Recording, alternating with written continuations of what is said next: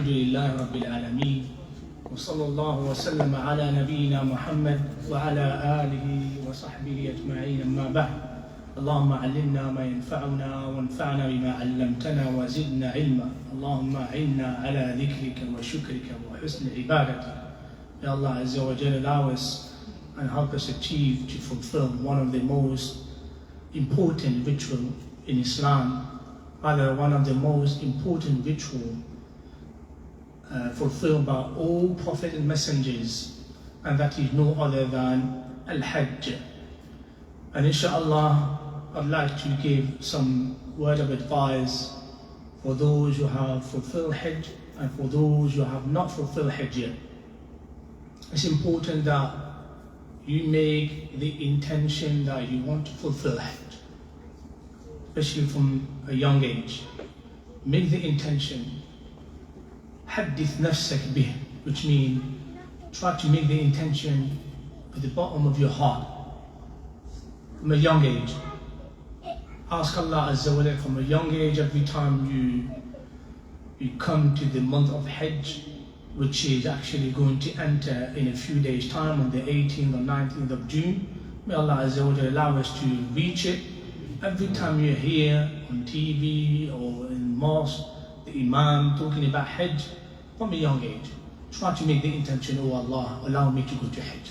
Oh Allah, allow me to visit your holy place, your holy house, from a very young age. And it's important for us as fathers, as mothers, to teach our children these greatest ritual, not only in Islam, but in all religion. Because those who study the history of prophets and messengers, you will realize that over 70,000 prophets have performed Hajj. Over 70,000 prophets. A narration say over 70 prophets. Another narration say over 70,000. The scholars, they say the word 70 is not a number as in only 70 perform. In Arabic language, when we say 70, we mean by that many prophets. Like we say in English, I've done it 100 of times. Does that mean you actually did 100 of times? No. So in the Quran, when Allah say forgive them, or ask whether you ask for their forgiveness, talking about the hypocrite, 70 times, doesn't mean 70 extra times. It means like many times. So most of the prophets have performed the ritual of Hajj. So make that intention from a young age. Oh Allah, allow me to fulfill that obligation and to visit your house. Why is it important to make that intention? Because if you haven't visited the house for X or Y reason, for a valid reason, then if you die, Allah Azza wa Jalla will write for you that you have fulfilled the visit of His house. Allah will write for you that you have fulfilled the Hajj. You made the intention. Every year, oh Allah, allow me to visit your house. Oh Allah, I'm making the intention as soon as I am able to do, as soon as I'm financially able, then I will perform the Hajj. Even if you never perform the Hajj in your life, Allah will write down as if you have performed the Hajj. That's the first thing. As for those who have fulfilled already their Hajj, my intention to you, the importance of asking Allah Azza wa Jalla to accept from you. Prophet Sallallahu Alaihi Wasallam and the companions and prophets before Sahaba, before the Prophet Sallallahu Alaihi Wasallam, they were really concerned about when they completed a good deed, they were concerned about one thing. They were concerned whether Allah Azza wa Jalla will accept from them their good deed or not. Read the story of Ibrahim and Ismail. Now let's talk about Hajj now. When we say about Hajj, what do we mean? What visit do we mean? What pilgrimage do we mean? Where do we go to? Mecca. What is in Mecca? Kaaba. Who built the Kaaba?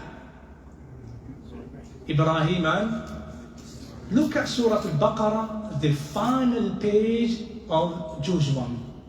What was the concern of Ibrahim and Ismail after building the Kaaba? This command come from Allah. And they fulfilled that command of Allah.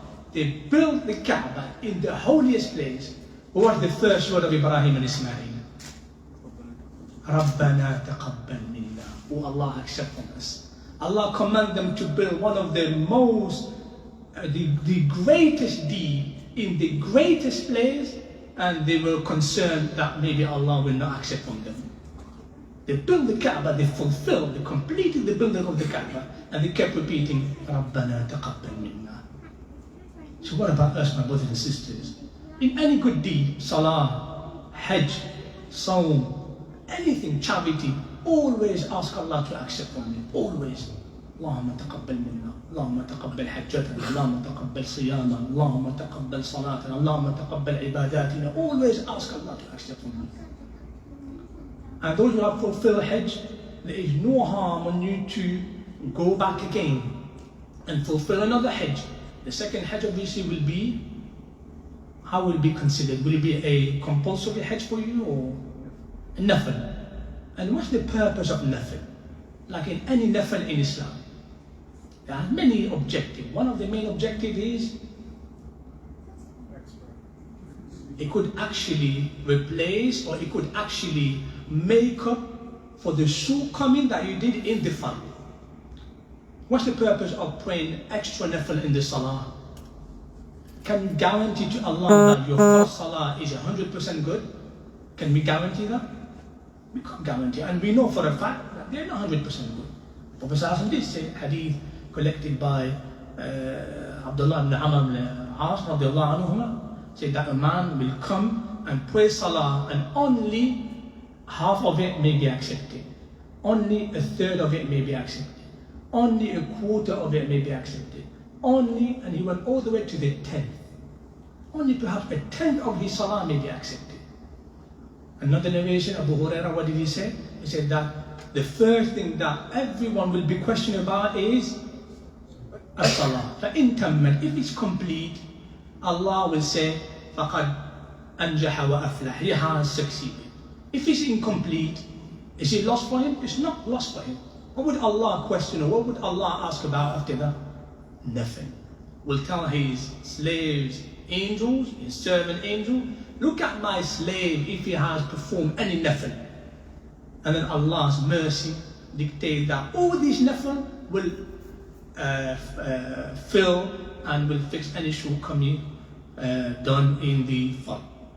So Alhamdulillah, the ritual of Hajj, for those who haven't done it, make the intention. Even if you know you're not able to go this year, make the intention, sincere intention. Oh Allah, if I'm able to do next year, I will do it.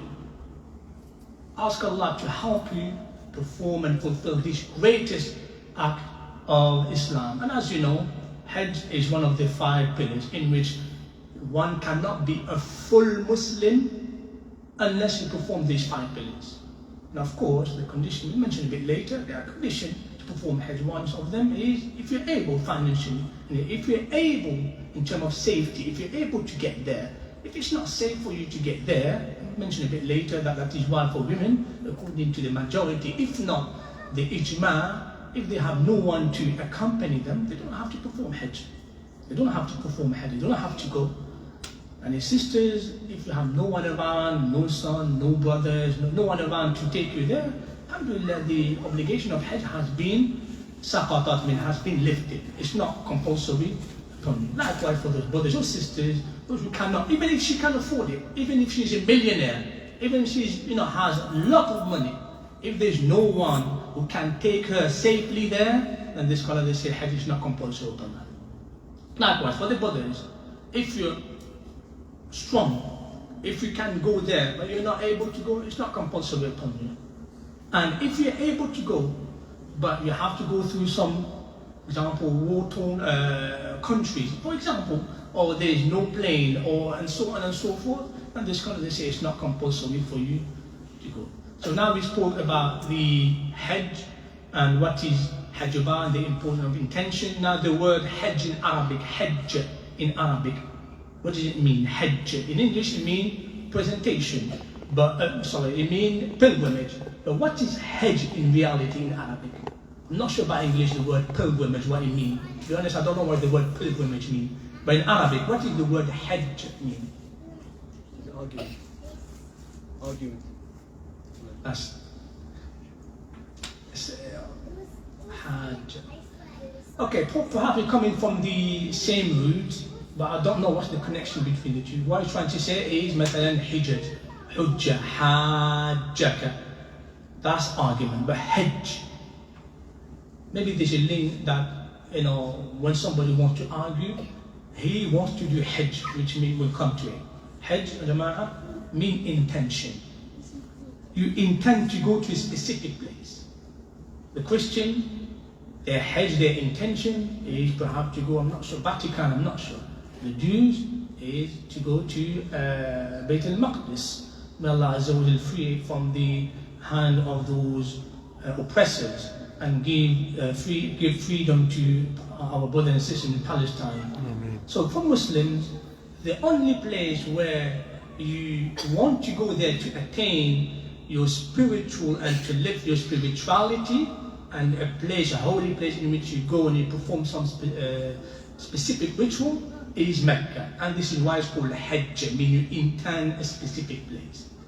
And to have for argument is to do because you intend to ascertain your argument. I'm not sure. Perhaps that's the connection. Wallahu a'lam. Tamam? So inshallah, let's talk about the excellence, the virtues of Hajj. The virtues of Hajj are many. The Prophet sallallahu alaihi wasallam said that whoever perform Hajj, al-mabrur, mabrur means a good Hajj, a perfect Hajj. فَلَيْسَ لَهُ جَزَاءٌ إِلَّا الْجَنَّةِ. There is no reward for him except Jannah. Allahu Akbar.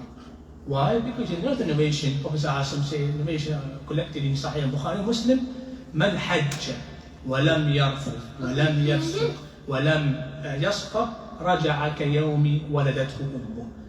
Whoever perform Hajj without doing these things that are mentioned, which we'll talk about them later, I mean without violating the sanctity of Hajj, then he will come back as if his mother just gave birth to him, meaning sinless. A boy or a girl when just born, do you think he's born with sin? No. Prophet ﷺ emphasized on this. Why? Why did he mention the word sinless for boy and girl, for newborn baby? Who from other religion they believe that newborn are born with sin? Christian, they believe that we're all born with sin. A new baby, innocent baby, is born with sin. What sin? Alhamdulillah, in Islam we believe that everyone is born with fitrah. Even the Jew, even the Christian baby, they're all born sinless.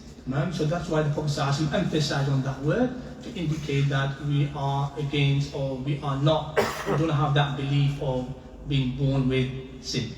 So Hajj Mabrur mean a perfect Hajj, mean a accepted Hajj by Allah. Mabrur in Arabic means to be accepted by Allah Azza wa Jal. Of course, there are preparations to go to Hajj, like anything in life.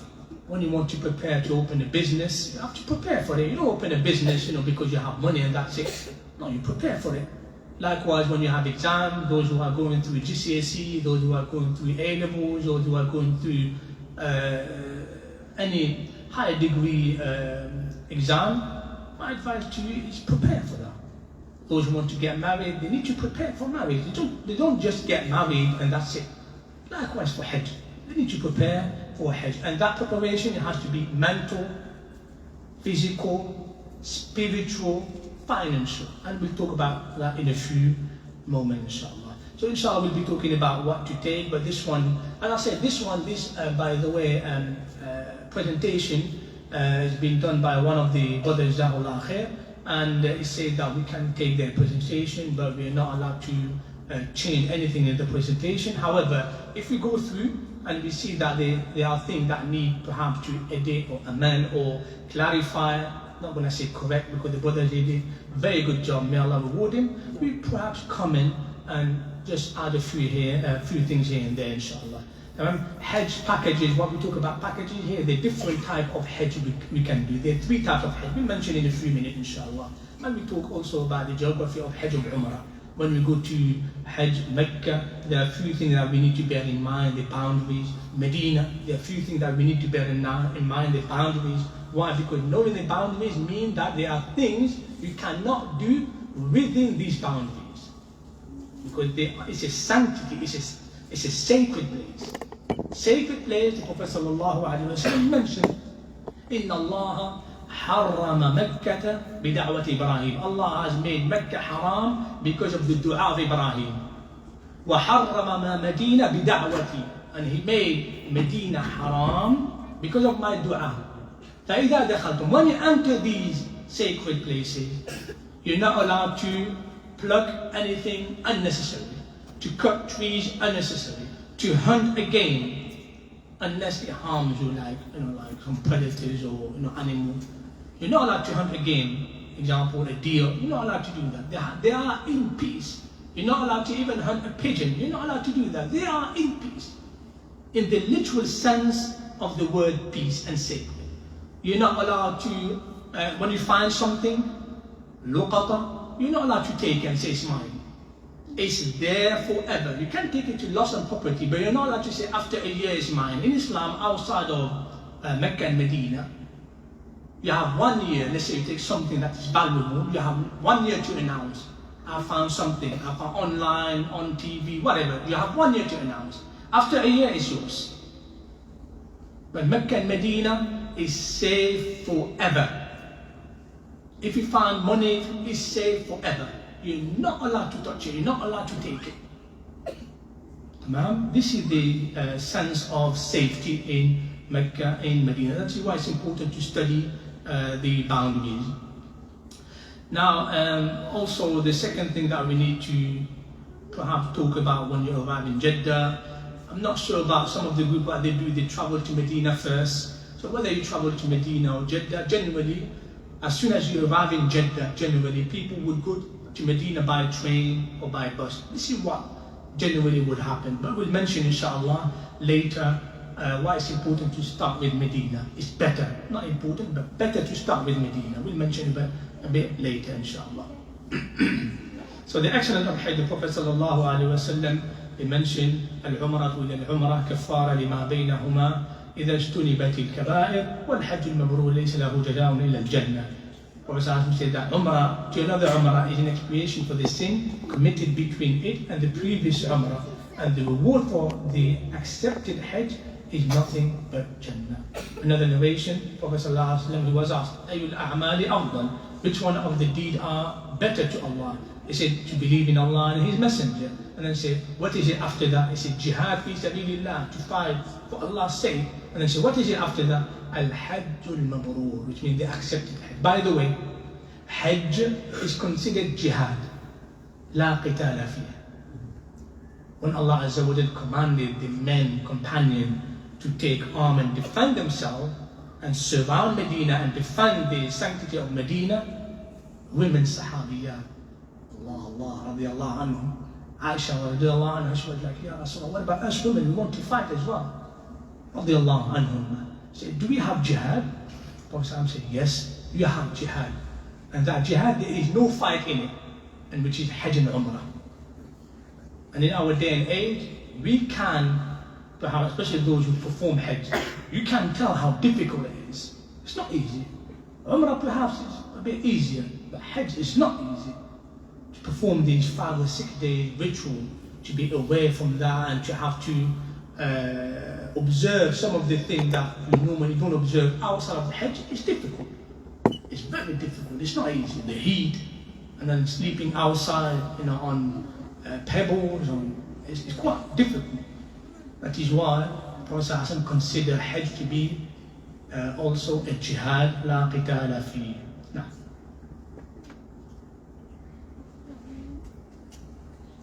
Now, another narration, Prophet said, whoever performs Hajj and does not approach his wife for sexual relation, nor commit sins, etc. We'll mention that later, inshallah, the mahdurat, the violation of Hajj. We'll mention about that later, inshallah. He will come out as sinless, as a newborn child.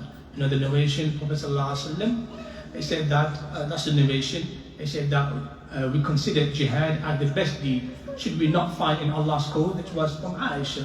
And of course, Aisha radiallahu anha, when she asked, it's because women, they asked her. The Sahabiyah, they asked Aisha radiallahu anha. Tamam? And then he said, yes, for you women, the best jihad is the accepted Hajj.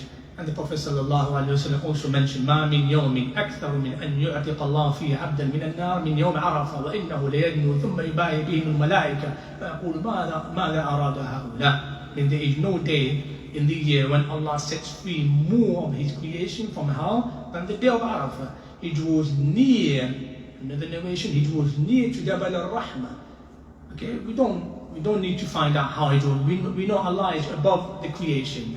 But His nearness is to be, some of the scholars they say, is to be interpreted that the way that befits Him. We don't know how He does. We don't find out how He come down, Allahu Alam. But we believe that Allah Azza wa Jalla, He come down and He draws near to them and then praises them in front of the angel, saying, what do these see? This is a long hadith. And next hadith, تابعوا بين الحج والعمرة فإنهما ينفيان الفقر والذنوب كما ينفي الكير خبث الحديد. Follow between each Hajj with another Hajj. Try to perform a second Hajj, another Umrah again and again, for they chase away poverty. When you're over there, you make a lot of dua.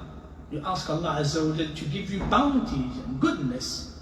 And one of the bounties of goodness that He wants you blessing and wealth and contentment. He chases away poverty and sin, just as a blacksmith bellows remove impurity from iron and so on. And at the end of the hadith, there is no reward for Hajj Mabrur except Jannah. So these are the virtues of Hajj. So Hajj Mabrur is an accepted Hajj, a Hajj free of sin, that you want to go back with a better person, and a Hajj performed with the intention of seeking Allah's pleasure. Allah, my brother, be careful with the intention. When you go to Hajj, you go for the sake of Allah. You don't go because you want to come back with the title Hajj. Go because you want to meet Allah Azza wa Jal. Go because you want to get closer to Allah Azza wa Jal. Go because you want your sin to be forgiven. Because the one who meets Allah with the sins forgiven, their reward is Jannah straight away, without being held into account. May Allah Azza wa Jal make it from them. And this applies to every good deed. Make sure that when you do an act of worship, do it for Him. Do it because you seek His countenance, His face. You want to see Him subhanahu wa ta'ala. The least fortunate people in Jannah, although they are in Jannah, but for them it will be a blissful time. It will be the best thing that happened in Jannah, is to see Allah's face only once. That's the least fortunate people. You want to see Allah's face only once. And the most fortunate people are those who are able to see Allah's face twice a day. Once in the morning, once in the evening. And the scholars, they say, how do we determine through your intention? The more sincere you are, the more likely you're going to see Allah's face. May Allah Azza wa Jalla make it from the people who will be able to see Allah's face twice a day. Allahumma ameen. So make sure that you don't violate when you perform Hajj. As we said earlier, there are some things that you're not allowed to do. You don't violate these things. Okay? Respect and full of obedience. And like the brother mentioned earlier, it's a lifetime journey for some of us. Some of us don't just go to Hajj once. So make the most of it. Make the best of it. And those who are lucky, who want to go again, may Allah Azza wa Jalla allow you to visit many more times. And still, the Hajj of Islam is what counts to Allah. What matters to Allah is the first Hajj, the Hajj of Islam.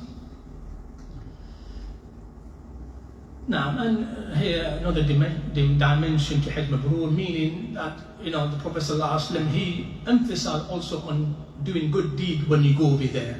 You go over there, just don't go to the Masjid and that's it, and you forget any other good deed, or you go there just for the Hajj and that's it.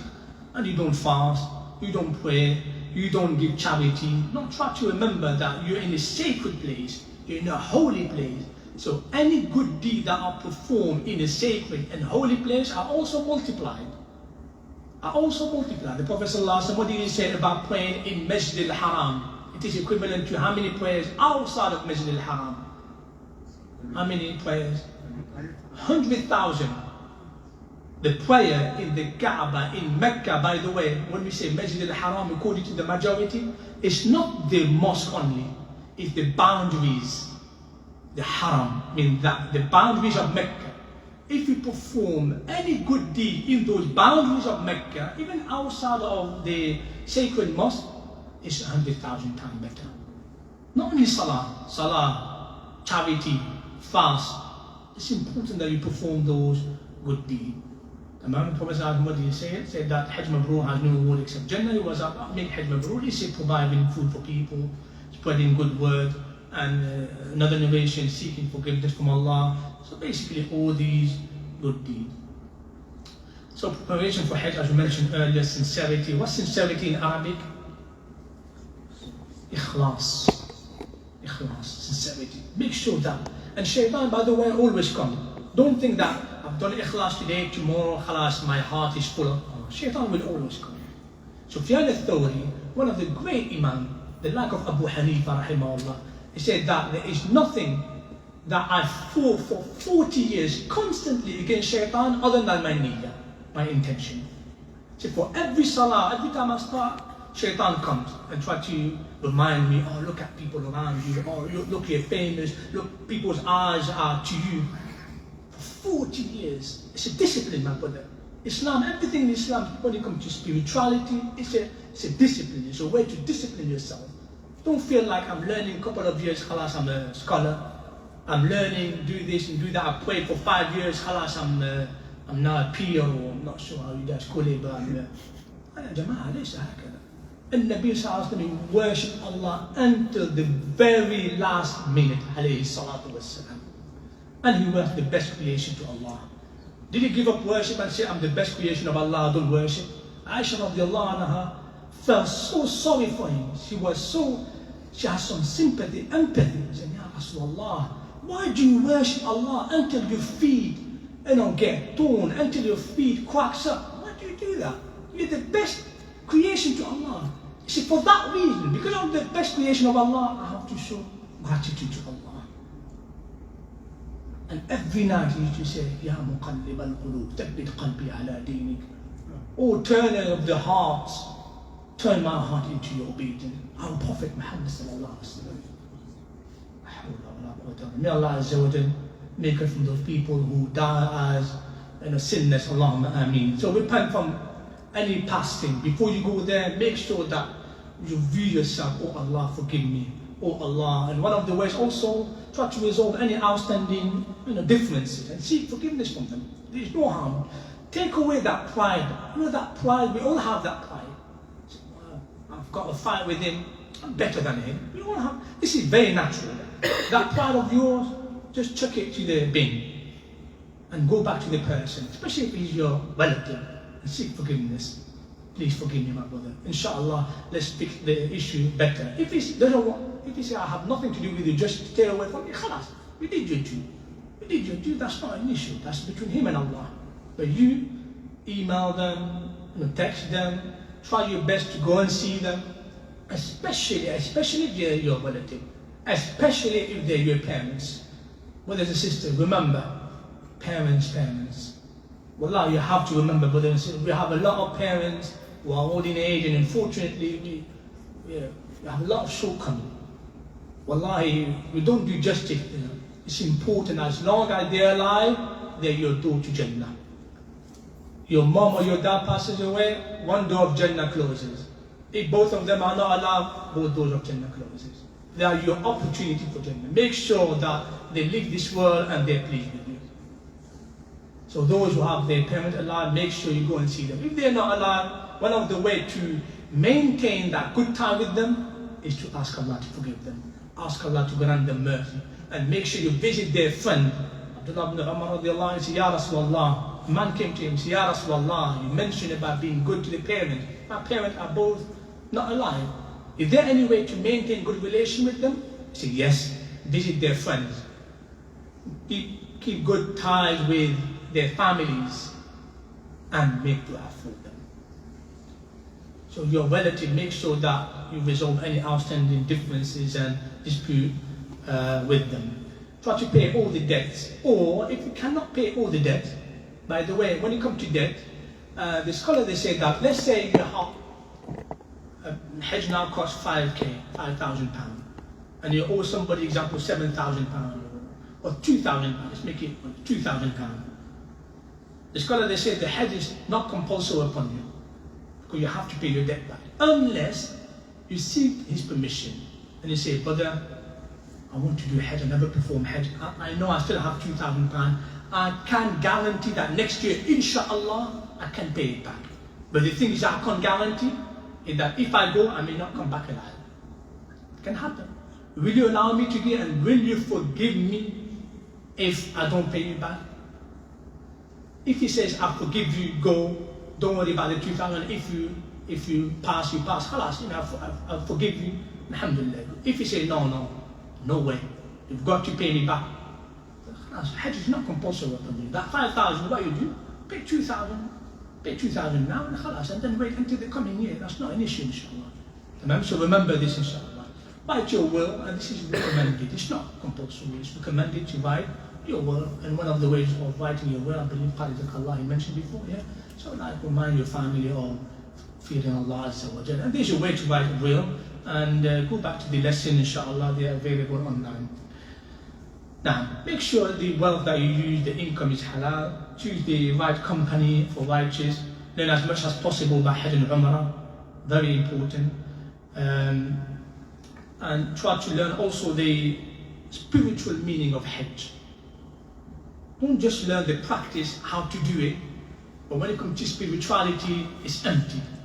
Likewise, when it comes to the Salah, try to learn why do we do ruku', why do we bow down. Same thing. Try to learn why do we go sa'i, why do we do tawaf, why do we take all the halal clothes, the normal clothes off, and we have to wear these two garments. And for the sisters, different, they can wear whatever they want. Why all this? It's important to remember this, inshallah. I will mention all that today, inshallah. Memorize the dua. There are a lot of du'as, by the way. A lot of du'as, especially in tawaf. There's a few du'as in tawaf and in sa'i. Between the Safa, the two mount, there's a lot of dua to memorize. So prepare for it. Don't go there and you might say, yeah, but we have the book, which is fine, the booklet, but it's not the same. It's not the same as having dua and memorize the dua. You will feel like, spiritually speaking, it's better as having the book. Doesn't mean you can't have the booklet. Have the booklet, it's fine, but try your best to make an effort. So that Allah Azza wa Jal will make your Umrah or Hajj more fruitful, more spiritually fruitful, inshallah. Now it's talking about a few things, what to take, what not to take, and I've read, to be honest, and they're not really, there's a few things like ihram towels for men, which is obviously makes sense, the ihram that we have, the two garments. I'm not sure what I talk about, credit card, whatever. But the waist and pouch, Hajj belt, this is also permissible. Majority of the scholars, they say you are permitted to wear a belt for those who have ihram. Especially if it's a money belt where you put money in there, passport in there. Generally you don't put passport, you leave it at the hotel, but you put money. This is halal, it's fine. A lot of people, they think that when you wear a belt, you wear something that you tie with is haram. No, it's not what is meant by tying. We'll mention in a few minutes why we're not allowed to wear normal clothes. We'll mention in a few minutes. But this is permissible. For the sisters, they can take their purses, that's fine. Or their belt under their, abaya. This is also fine. Because by the way, brothers and sisters, although we are in the holiest place, yes, don't think it's a place full of angels. Meaning that the people we find there are angels. No. I myself, the biggest sum of money somebody robbed me with, 2,000 euros, it was in Medina. And just to give you an idea. And then, I was my 2,000 euros then was like good money, very good money. My intention was to live there for a couple of years, enough money, but after I think 2 or 3 weeks, all gone. In Medina. SubhanAllah. Just to show you that, don't think, are you in the holy place, khalas, it should be safe, it should be. But unfortunately, I've heard stories, I know a few brothers, personally, It's not story, yeah. Three brothers, they say this and this happened. One of them got drugged. They had somebody bited him. They say, oh yeah, let's drink tea. And then he fell asleep for 2-3 minutes. And then he realized the pouch was gone. These are true stories in Mecca. That wasn't in Medina, that was in Mecca. My point, be careful. Be careful, always walk with brothers. Don't walk on your own, because also another aspect, always walk with a group of brothers, especially if you don't know the area.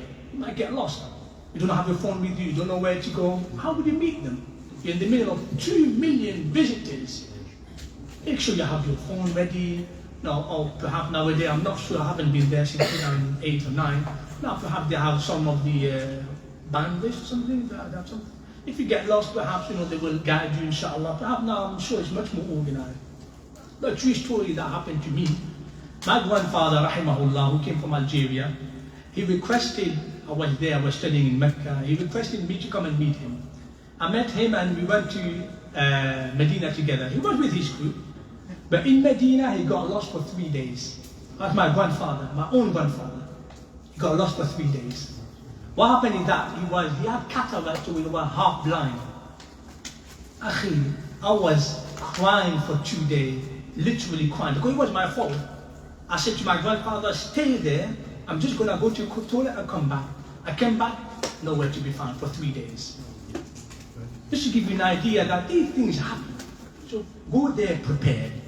I'm not trying to put you down, but go there prepared. Phone, bandwidth, the name of the hotel, always go there prepared. It's very important, brothers and sisters, tamam? So likewise with the Hajj belt, you put there, don't show it in front of people.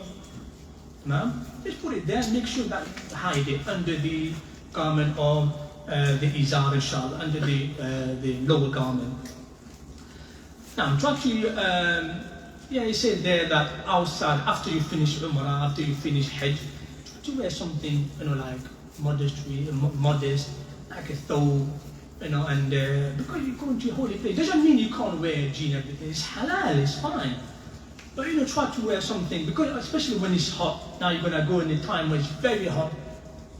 End of June is about probably 45 degrees. I don't think jeans is the best way to, leather. No, try to wear something that is, comfortable, inshallah ta'ala. Same thing for the sister. The sister, they can wear whatever they want. It's fine for them to wear whatever they want. This is in terms of whatever, meaning whatever clothes that they normally wear, it's fine, inshallah. This is not, for the brothers when it comes to Umrah and Hajj, they have some specific thing to wear, which is the true garment. Now, and wear slippers and sandals, comfortable shoes. You can wear shoes as long, even during the Hajj, you can wear covered shoes. It's fine. The shoes that we have is fine. As long as the condition is that they don't cover the ankles. The two ankles, they don't cover. That is why it's haram to wear for those who are doing Hajj or Umrah. We're not talking about outside of Hajj or Umrah. Because you have to know, Hajj is 5 days, Umrah is 2 hours, max 4 hours if it's packed. Apart from these time, you can wear your leather socks, you can wear your socks. But during the state of Ihram, while you do Hajj, while you do the Umrah, you're not allowed to wear socks unless you cut. You've got to cut. Let's say if you wear these big socks, you cut them. Sockets, every sockets, what is it called? You can get the sports ones that go underneath. The small one that don't cover your ankle, they are fine to wear, by the way. They are fine to wear. Whether for sisters it's fine. For sisters they can wear. For brothers, I'm talking about brothers now. Can you wear shoes? Let's say you want to wear comfortable shoes. Yes, you can. As long as they don't cover the two bones, the ankles. Hope this is clear, inshallah. We'll mention in a few. Now what to take for sleeping. This is also ideal. But take it from here, I don't know if you can take it. Or you can buy over there, it might work out cheaper. Is to take something, especially for Muzdalifah and Mina. Mina now, they provide some mattresses, which is fine, but Muzdalifah, you'll be sleeping on rocks, brothers. You'll be sleeping on pebbles. It's not 5-star hotel or something, For one whole night, you'll be sleeping, and sometimes, well, alhamdulillah, now it's summertime, you're fine, you can sleep, without, you don't need to cover. It will be at night, it will be 30 degrees, 28. It will be fine. It's probably hotter than the hottest day in the UK, and so inshallah you'll be fine over there. But in winter, you can go to to probably to as far as 12, 11 degrees. You might say, oh, but it's fine. No, it can get cold. No? And you don't have to wear that inflatable camping or travel. You don't have to do that, but if you want to, probably not have some ache in the neck or something. It's up to you, but you can have all that. This is, alhamdulillah, permissible. Okay, here you say earplugs. I'm not too sure why. I mean, they don't want you to hear the adhan, or I don't know, but no, you don't have to hear earplugs. Perhaps some of those, well, I'm not sure. Surgical mask, okay. This is a matter of controversy because at first we had COVID, they say wear it. But when you look at the Sharia-wise, when you look at the book of fiqh, you're not allowed to wear it. Here what we're talking about? We're talking about those who perform Hajj or Umrah only. So Umrah, 2 to 4 hours max. Hajj, 5 days. Is this clear? Those who those who made the intention, oh Allah, I'm making Umrah now, you're not allowed to wear this. What about sisters? We'll talk about that later. But outside of that, let's say, now you're back to the hotel, get changed. Can you wear those masks? Yes, it's fine. You can wear those masks. Is this clear? Yeah? Don't get confused. When you say don't wear those, it's during the state of ihram.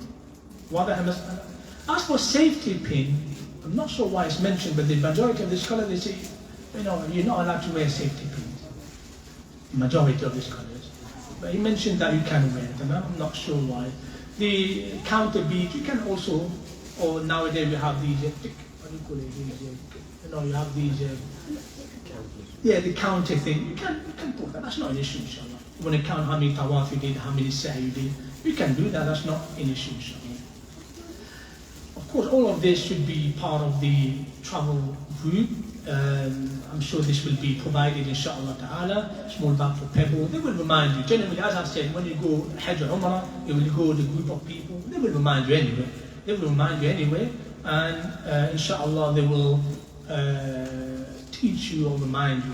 An empty suitcase, because always when you go there, we always come back with gift, and this is quite normal. So that's also a good point. Good point. When you go there, going for 2 weeks, for example, all you need is 3-4 thawb, because you can always wear it every day, and then go to the local mikwaji. They call it mikwaji. I'm not sure. I think that's what the word mikwaji, which is like where they wash the what is it called? Laundry. Yeah, alhamdulillah, they have it, and perhaps 3 or 4 sarwal and everything. You don't need to wear more than that. And leave half of the suitcase, even more than that, empty. Why? Because you will always come back with something. Dates, gifts and everything. Phone, very important. My advice to you, take your phone with you. And try to unlock it before you travel. Because wallahi, when you're lost, you're lost. I'm talking about before. Now perhaps it's different, I'm not sure. I mean, brothers who just went recently, now they have their band wrist. It might help you. You might go to any staff number there and say, I'm lost. It might take you, inshallah. I heard something like that that's much more organized now. But take your phone, nevertheless. Especially from the sisters, would advise you to take your phone. Now. And what you need to take with you, this is very important. A lot of patience. What we mean by patience is not in the acting. It's not in the acting, but in the manners where you interact with people.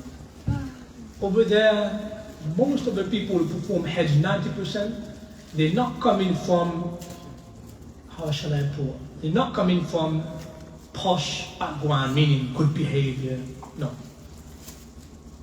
They're coming from background where, unfortunately, they're used to this background. And didn't the Prophet Muhammad we have Bedouins. Bedouins, they're known to have these rough manners. Once one of them grabbed the Prophet back like this and grabbed him and said, "Are you the messenger of Allah?" And Umar ibn Khattab said, "Ya Rasul, let me smack him." The Prophet said, "Is he smacking him?" He said, "Yes, I'm the one that you're seeking." And that is why you have a lot of hadith emphasizing on don't argue in Hajj,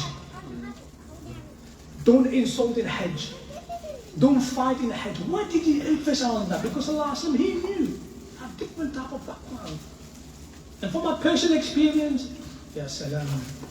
Yani, I've met people, yani, no, even if they harm you, they don't, oh sorry my brother. They start shouting at you. Yani, you walk, all of a sudden you get a smack by a sister. No, look at her, it hurt. I was doing sa'i. That's what it's real, it happened to me. A good smack by a sister, I don't know, maybe it's a mistake. She's shouting at me, as in, just move away. You're walking too slow. And the pride of shaitan. And then the brother was next to me, he laughed, the brother laughed, said, Astaghfirullah, Omar, don't let shaitan. I got a smack. All of a sudden I was doing sa'i, Allah. And then, what's going on? I said, move away. I think she was trying to tell me, move away or something. These things happen. I mean, I'm talking about personal experience. These things happen. I'm trying to say that don't argue back. Don't insult back. Don't fight back. Be patient. Be patient. I mean, I've heard stories from brothers as well. You've got to be patient. I've seen myself, some of the brothers, mashallah, very humble brothers, when it comes to Hajj, they broke down, they start fighting, because it's very difficult. It's true. I mean, I told the brother, actually, you are in the right. It doesn't mean you can't fight back or you can't answer back. That is why the Prophet he emphasized.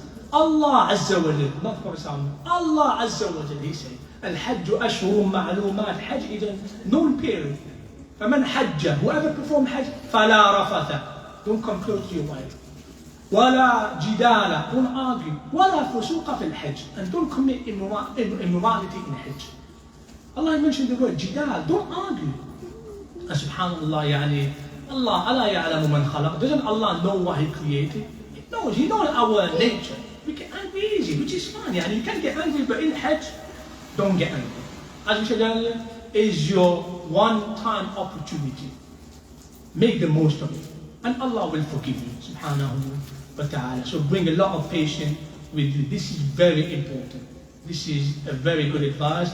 And try to keep it to yourself. Remember Allah, remember the forgiveness from Allah, and may Allah Azza wa Jalla accept from us all. So there's three types of Hajj. Now we're going to go into more technical aspect of Hajj. There's three types of Hajj. The last two, I don't think they will apply to you. Although it's good to know, but I don't think they will apply to you. The first one is what generally applies to those who come from afar. Those who travel from far away, and then they come. Generally speaking, they start with Umrah. Generally speaking.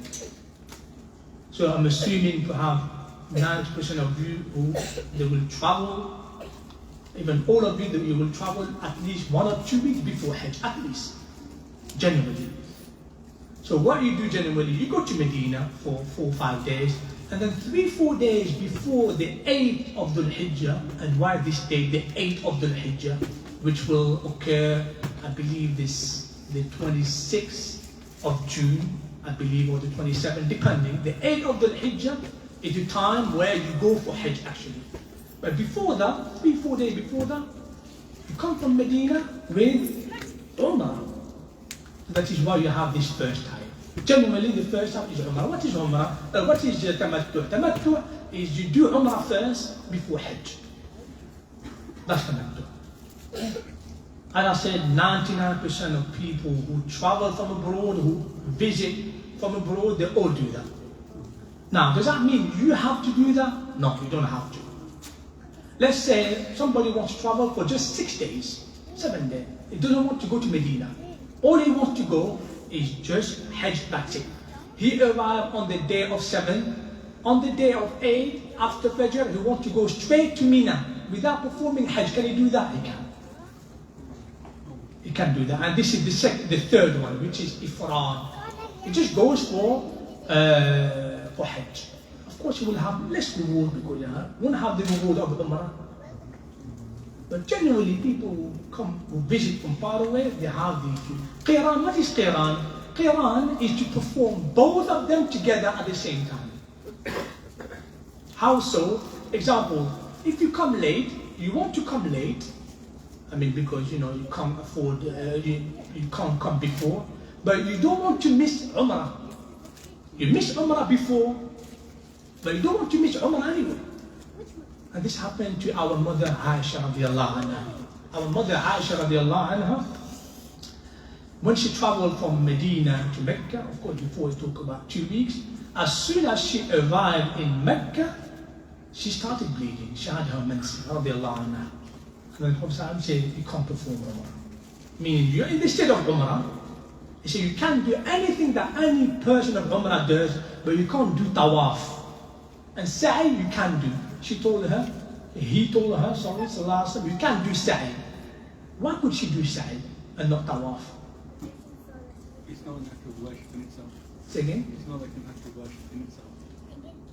I see it is formal worship. It's not in Masjid. Aywa. Sa'i for 14th century wasn't in the Masjid.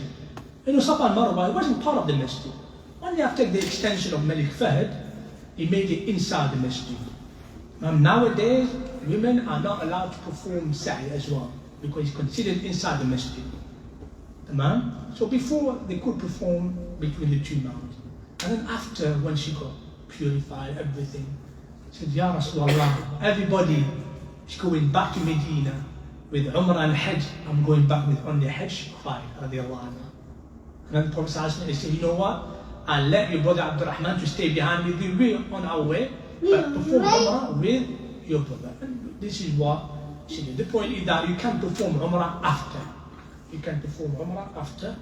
And generally, the first one is what you normally do. For Qiran, it could be after or before. Doesn't matter. If you do it before, what's the difference between Tamattu and Qiran if you do Umrah before? The difference is that if you do Umrah before, you don't want to take off your ihram. You want to keep it on. This is called Qiran, number 2. Number 2 means you do it at the same time. You do the two ritual with the same ihram. But what I mean by the same ihram, the same state of ihram. It doesn't have to be the same clothes. You can change. You can buy a new garment. There has to be ihram. You're not allowed to wear normal clothes. And you're not allowed to do other things that we'll mention later. As soon as you wear ihram, there are 9 things. 7 for both of brothers and sisters, and 2 for sisters only, 2 for brothers only. So 9 things where we're not allowed to do. Remember, sister is 9 things, brother 9 things. We'll talk about it, inshallah. And imagine you don't want to do those 9 things for how long? 2 weeks, 3 weeks. Some of the Sahaba for 2-3 weeks, they didn't do anything. They were like, instead of ihram, 2 weeks, you can't do anything. This is difficult. Prophet ﷺ said that which type, okay, I'm asking you, which type of the 3 Hajj our Prophet ﷺ did before that? How many times did our Prophet ﷺ perform Hajj in his life? Once. Only once. Which type of the 3 did he do? He did the number 2. That is why there's a difference of opinion. Which one of the 3 is better? In your opinion, which one of the 3 is better? If Farad is just to do Hajj on its own, or is it Qiran, or is it Tamattu? Obviously, the one who comes with 2 is better than coming with 1. So, Ifrad is the least favorite one. But which one of the first 2 is better? The Prophet, he did Qiran. This is why some of the madhab, they say Qiran is better. Because the Prophet did Qiran. But there's a statement of the Prophet, he said that, had I known the future, if I knew the future, he said, I wouldn't have taken with me the sheep, and I would have performed Umrah first, and take off my clothes, get normal, and then do a new ihram. That is why the Shafi'i and the Hanbali, they say is best, the first one is better. But the Maliki and Hanafi, they say the second one is better. Nevertheless, if you do either of the 2, is fine. Any questions so far? We have 15-20 minutes before the break, inshallah. Can you do Tamattu? Yeah. Can you, we do an Umrah, can you open your ihram? And then, let's say you have 2 days before Hajj. Yeah. Can you open your ihram and do halal? You can do anything, yes. That's why it's good Tamattu. But they're asking, what about Tamattu? Let's say you do your Umrah. We'll mention the pillars of Umrah, the thing that you need to be done for your Umrah to be completed. Can you take off your clothes? Can you do anything can you do one of those 9 things that we mentioned you cannot do during the state of Ihram? You can. You can't do anything. That is why it's called the word Tamattu. Tamattu means you enjoy. Because, you finish and then you enjoy the normal life. You enjoy, putting perfume on, you enjoy, having, the thing with your wife, or these are things that you're allowed to do. Man? And in Iran, you've done Hajj. Or Umrah first. Let's say you do Umrah first. What you do, Qiran, you do Umrah, but you don't do Sa'i. You leave Sa'i away, because there's one Sa'i. One Sa'i for both. And then you stay in the state of Ihram, you keep it. Of course, what I mean by keeping it, you don't have to keep the same clothes. You can change every other day, but it has to be the two garments. Same thing with the sister, she don't have to keep the same clothes. She can change every other day. It's not an issue. But you're not allowed to do those 9 things. You can take a shower, you can do things, but those 9 things, which we'll mention later, you're not allowed to do them. And it's difficult. If it's 2-3 days, perhaps it's okay. Tamam? But either, whether you do number 2 or number 1, generally what would advise you, my personal advice, you do number 1. Do Umrah, and then take off your clothes, meaning take off the 2 clothes, and then you can put perfume on, you can do a lot of things. That's not an issue. No? No. So in Quran, you wouldn't shave your head after Umrah? No. Quran, you're not allowed to shave your head until you finish your Hajj. Until you do the 2 things together. Tamattu', after you finish your Umrah, Tamattu' min Umrah come first. Tamattu' min Umrah come first. After you finish your Umrah, you've got to shave or shorten your hair. And for the sister, they've got to cut just as short as perhaps how do you call it? 1 inch. 1 inch, about 1 inch. Tamam? And then everything is halal for them and for you. Everything. You can put perfume and everything. Tamam? Is this clear? تفضل أخي. Earlier on you mentioned that if someone has to pay debt, they can't pay the debt, then they have to seek permission. Does that apply to something like credit card? If you've got some money on credit card that you're paying over a few months, do you need to do anything in that sort of instance? I'm not sure how credit card works because I don't have one, alhamdulillah, but if you have a credit card, is it something that can be easily paid back, or is it something that can be easily paid back? Is that, Well, it's in some cases you've got a time period where it's interest-free. Time period, so if you've got to pay over 2 years, you have to pay in small chunks, but that allows you to do your other things, for example. Let's say that person took a credit card and then he come back, or he doesn't come back, he never come back. What happened to the family of that person? Will they be in trouble by not, or will the bank forgive it in that context? Or? Yeah, I think they write it up because that is your personal debt. It's not something that will get transferred to someone else. Yeah. Generally, the credit card company will forgive it. It's written off. In that context, inshallah, it should be fine. Inshallah, it should be fine. As long as if it's, it's not a big amount, then it should be fine, inshallah. Generally, we talk about big amounts, generally. Rather the same question, but for larger amounts like mortgages and things. Yeah. How does that? Yeah, that's the matter. If you have halal mortgage, example, and you have a certain thing to pay back, 500 and everything, if it's something that you know you can pay back generally, the scholars, they say it is halal, but also you ask them, if it's Islamic mortgage, you ask them, you say, I'm going to perform Hajj, this and that, and you mention, generally, they think they will not forgive you, that's true, we base, the scholars, they say, based on the general fact that you would come back generally, inshallah, this is halal. This is halal. You can go without asking for their permission. You can go. That's not an issue. Because it's something you can generally pay back easily, £400 or £500 a month. But if it's something, a block of sum, got £10,000, it's a big amount, and you know that you pay £5,000. £5,000 would have been paid to the person. It's not something that you have an agreement where you've got to pay me, example, mortgage. It's not like you've got to pay me 100,000 now. No, you have an agreement, you pay monthly. Does that make sense? It's not like a loan where you say, okay, pay me back when you can, pay me the 10,000 when you can. And then the person knows the especially when it's a personal thing. You know that you travel to Hajj 5,000. Hold on, he owes me 10,000. And he managed to pay 5,000 without paying me back. So this is the issue, and Allah knows best. But then one more, yeah? So yeah, just follow up on that. I was told that because you have a mortgage, you have an asset. So if you were to pass away, then that asset would be sold, and therefore the debt would be cleared from the money of the asset. Okay. So, and therefore you can do Hajj. That's what I was told. Jazakallah. That's a good thing to know then. Okay. Alhamdulillah, they will sort it out for you then. Yeah, so Alhamdulillah. there will be no debt at the end of it when the asset is sold. Yeah. Then that would go towards paying the debt, and so therefore you are. Jazakallah khair. Jazakallah khair. Others. Fadal akhi. You know, for Hajj Tamattu, if you shave your head after Umrah, but then you come to shave it again in Hajj. So you do, for Umrah, you just take the Yeah, generally, the scholars they say if you know between Umrah and Hajj is quite short, let's say you do the Umrah on day 6 of Dhul Hijjah, and then you got to leave for day 8, day 9. Generally take about a week for your hair to grow back. So, so if you know that it's too short between the two, shorten it. What I mean by shorten it, leave it 1 or 2. Ask the barber, just number 2 or number 1, مثلا.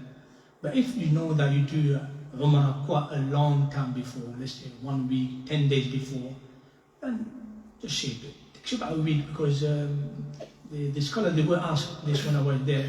It takes about generally a week. It's true. It takes a week for the hair to start growing and to now.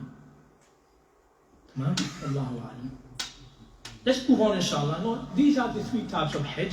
Now, for these 3 types of Hajj, since you're doing 2 rituals in one, basically you're hitting 2 birds with 1 stone, if you can say that. You've got, as a thank to Allah, to thank Allah for allowing you to do 2 in 1, you've got to slaughter a sheep. You've got to slaughter a sheep. That is why it's called Hadi. Hadi in Arabic means a sheep. And generally, when you go in a group of, with your group, generally they will tell you it will be part of the package. That is why nowadays, over there it costs about, if I remember what that was then it was 150, but now the brother tell me about 400 a sheep. It's quite expensive. I need 400 a sheep. So if you want to do personally, it's £400. Prepare £400 with you. Now, it's quite expensive. Allah musta'an. It's all business now. Allah musta'an. But if you can't do it, let's say I can't afford 400. What do you have to do? We'll mention a bit later, is you have to fast 3 days in Mecca and 7 days when you come back, 10 days in total. Tamam? So let's recap. You have 3 ways to do Hajj. The easiest way is Hajj. Hajj is the easiest way. You just go for Hajj and that's it. If you go just for Hajj, do you have to slaughter a sheep? You don't have to. It's good to do, but you don't have to. But let's say those who travel and they do 2 in 1, whether 2 separately or whether 2 together, what do you have to do? Slaughter a sheep. Why? Why do we slaughter a sheep? To be thankful to Allah. Thankful to Allah for what? For allowing me to do 2 in 1. For allowing me to do 2 in 1. Does that make sense, inshallah? Yeah? And my advice, always ask your group who you're traveling with, the travel agency, and tell them, does the package include, slaughtering the sheep? Generally it is. That is why it's quite expensive now, but generally it is. Now, let's move on to the technical terms again. We have some word that I want you to remember, which is a pillar. Pillar means everything has a pillar. Building has a pillar. Islam has a pillar. Prayer has pillars. Remember we mentioned the prayers.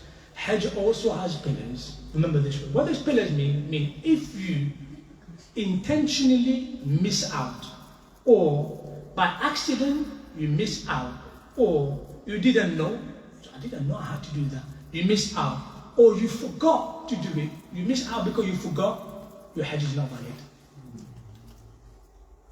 So let's go back to preparing, the importance of preparing and learning. Imagine you go there, you pay 5k, I think it's 5k now, how much is it? 10. 10. 5k is cheap? It's 10,000. 10,000.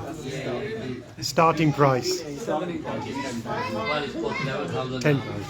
Seriously. Between 7 and 10. If you go directly from here, then it's 10. If you're going from here, then if you go through other routes, then 10,000 on average. Al-Hadaya, minimum is 43,000 riyal. And the maximum is 66,000 riyal. you get camel for the The sheep have got very expensive. More than 10,000. I'm trying to compare. First time I did Hajj, first time it was 2001, before I went to study, I paid 900 euros. 900 euros. And it was a very basic Hajj, meaning just stay a few days here and there, that's it. Was, If you want 5-star hotel, then 15,000.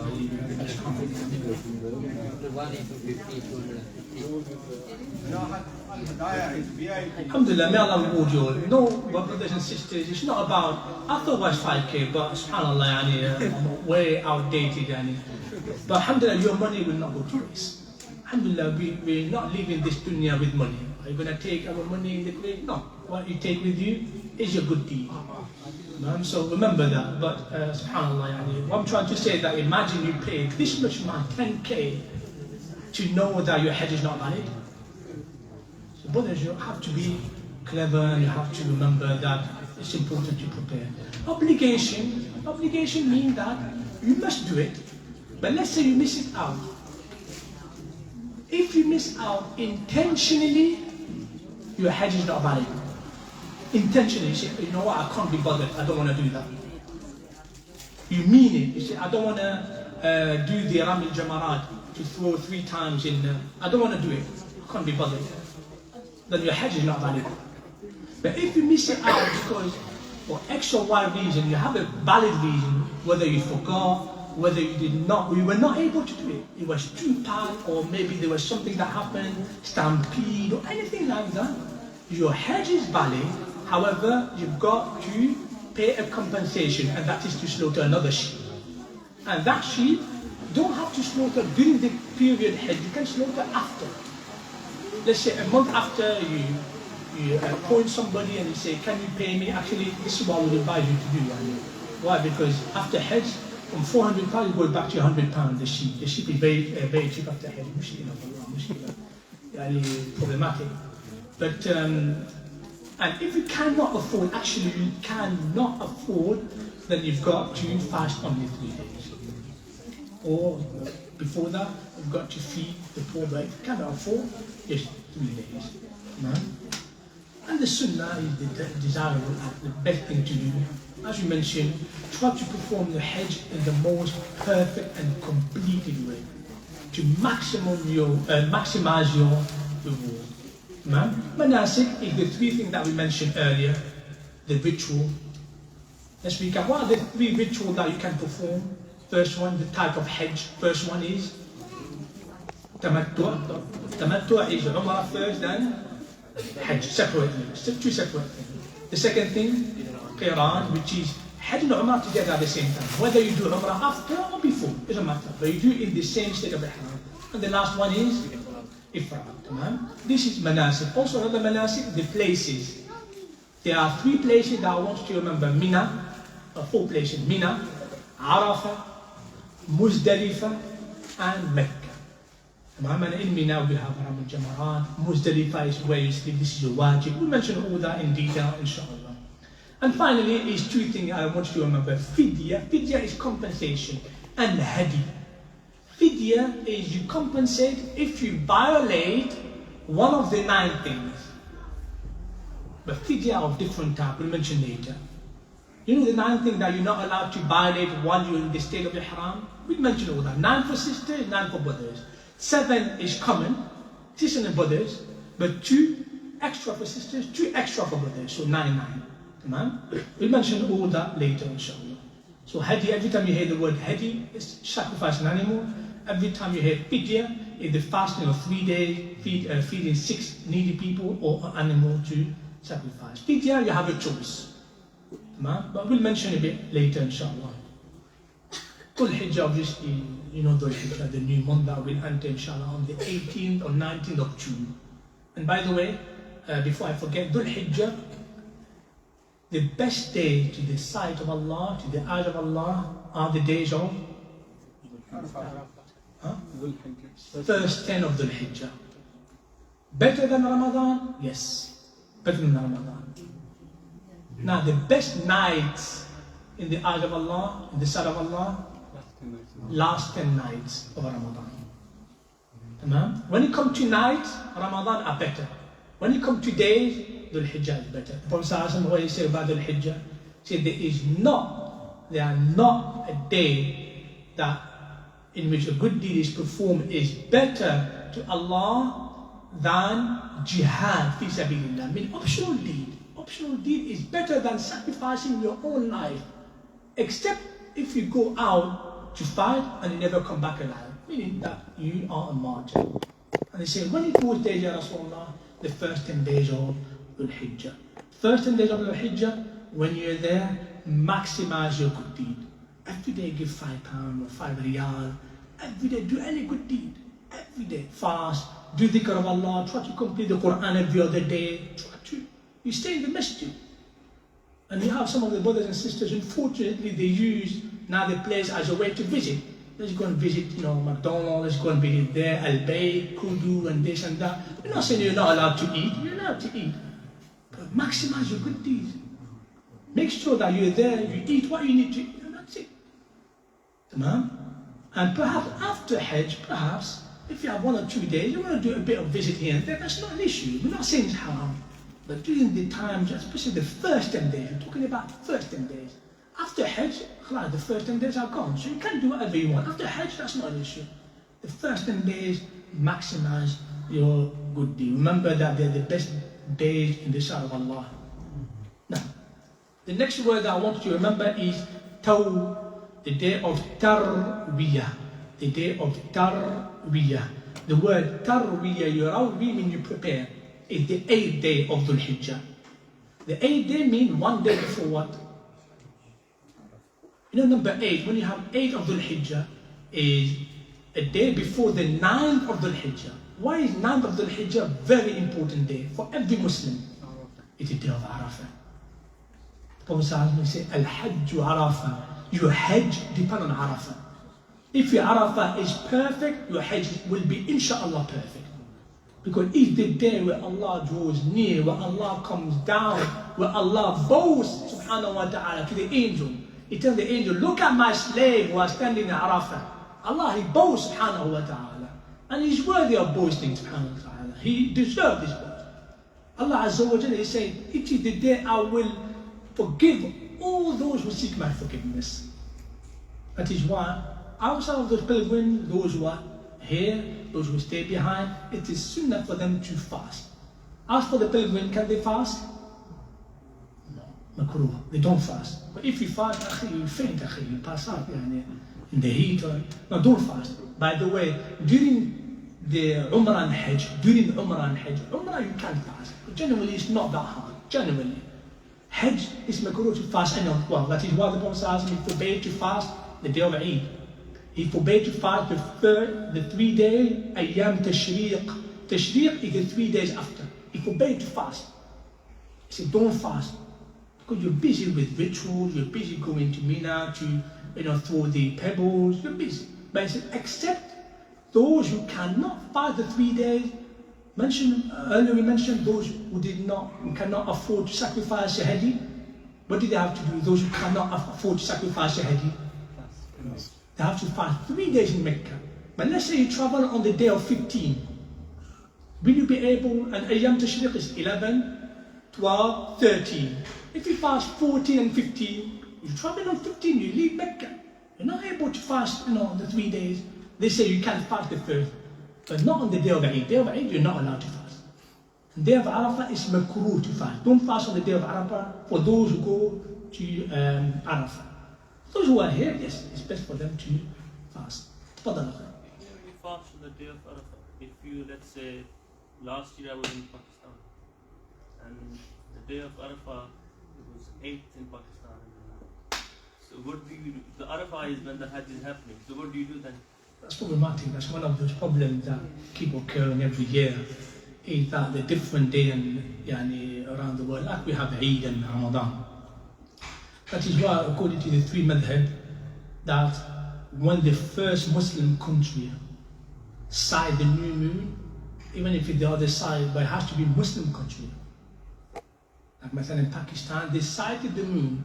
It is compulsory for all other Muslim countries, even Saudi, to follow Pakistan. But is it happening now? Not in a million years, Allahumma, except if you have Khilafah, inshallah. May Allah, restore back the Khilafah, the Muslim empire. Every time we hear the word Khilafah, people go mental or shiver. Or, Ya akhi, the empire that had the most justice, the least crime, the most social was the Khilafah al-Islamiyah. Even the Christian, they mention in Andalusia, they say that we lived a time of peace and justice, and we were so happy under the Khilafah, so happy. The Christian, when Salah ad-Din took over Palestine, the Christian, they were very happy. The Christian, they were like, we know that with you we're safe. Umar al-Khattab, when he first conquered Palestine, the Christian, they were afraid. Umar al-Khattab said, you guys are free to go. The point is that Khilafah Islamiyah, we always remember Khilafah, beheading, Khilafah, 4 wives, Khilafah. It's not that, Khilafah Islamiyah is justice, is social justice, is financial stability, is brotherhood, is unity, is spiritual strength, and this is what Khilafah is all about. So inshallah ta'ala we will stop here for a break inshallah, and after that we'll be talking about visiting in Medina first. We'll talk about Medina first, okay, and then we'll talk about Mecca. Medina will be perhaps 5 minutes just to mention what need to be visited first, and then we'll talk about, because generally people from Medina, they go to Mecca to perform Umrah generally. So inshallah we'll have 10-minute break inshallah, and we'll carry on inshallah in 10 minutes. And I can see a few brothers have a question for the Lakhi. So if you do Quran and if you do a violation, would you have to do double the penalty? If you do, that's right, yes. So if you violate one of the ihram prohibition, then you've got to slaughter 2 separate things. You've got to slaughter one for Hadi and one for because you violated. Inshallah.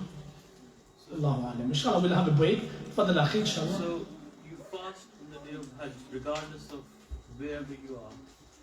If you're not performing Hajj, let's say I'm in Pakistan this year, and on the day of Hajj it's 8th of the Hijjah there, but do I still follow whether on the day of Hajj I just fast?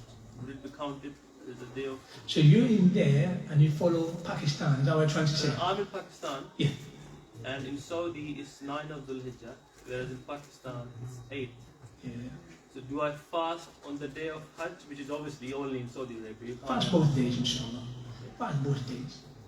You can fast both days, inshallah. To be on the safe side, inshallah. To be on the safe side. Yeah, I know we mentioned about the different things, but the point behind it is, now if you're in a country where generally the Muslims, they follow a day, you've got to follow that country generally, which doesn't make sense. Because we have Arafah, people performing Arafah on that day. So it doesn't make sense. But Prophet says, Sumu hina yasum al-nas. We're talking about Ramadan, which is as important as Arafah. Ramadan is as important as Arafah. And he said that fast when people of your land fast. And break your fast, meaning do Eid when people of your land do Eid. So he mentioned the word land. But then the scholars, the 3 Imam, Abu Hanifa, Malik, and Ahmed, they said that what we mean by your people, meaning your Muslim people. So if the first group of Muslim people cites it, then we have to follow that group of Muslims. But Allah Musta'an is not happening, but may Allah Azza wa Jalla, unite one more time. Inshallah, we have 10-minute break. 3:30, inshallah, we carry on, inshallah.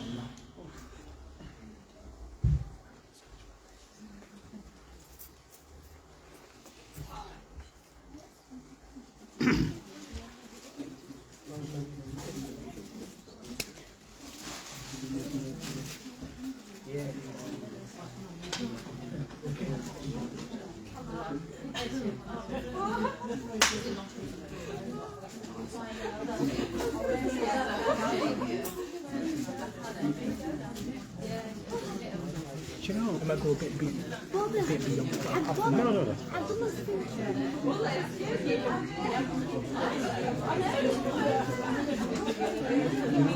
Safety thing.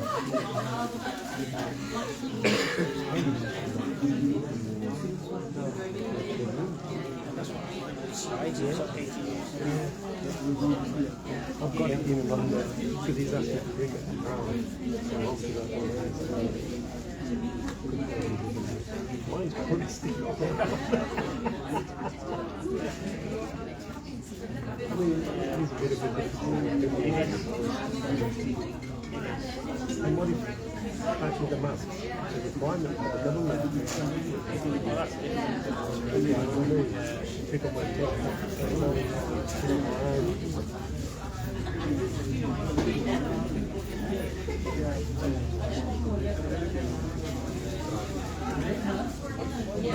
We saw them on the live, innit? Everyone was wearing a mask. And I think some people still Yeah. I'll buy up some.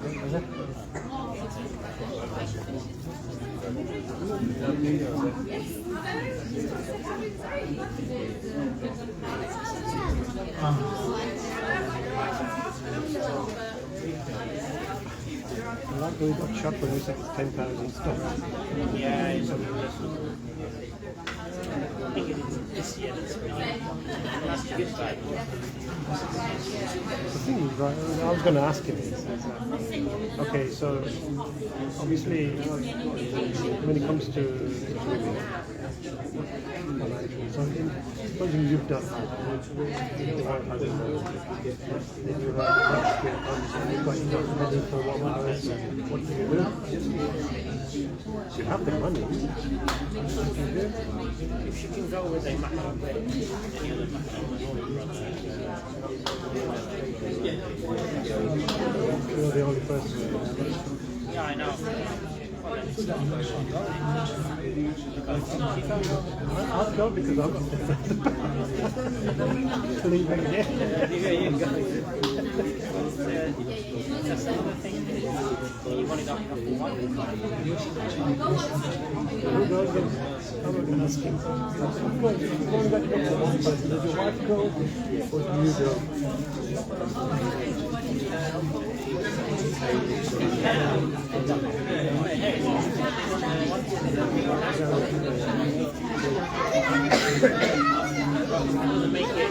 Make it legal.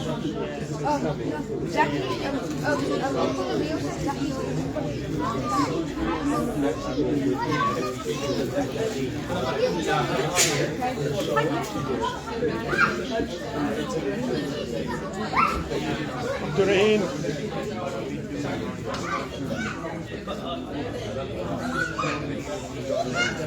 Abdurrahim, stop moving around.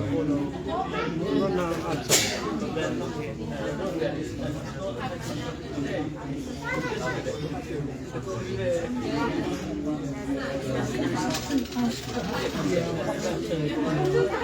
Slide out, slide. Where's the stickers gone? We did, but you have to update the dates every year. I'll do that now, inshallah. Maybe you can put it. Can we put it on the slide? Do you ever put anything on the slide? Right. You can, but you have to do it back and Too much hassle.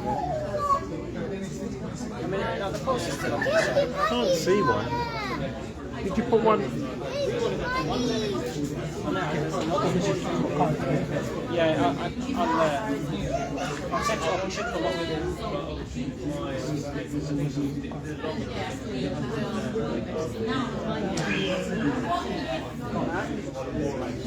There's one there. I haven't got the key to that. I should have the sisters. Yeah, that's fine. I haven't got the key to the. Just write it down. Get the paper, stick it up.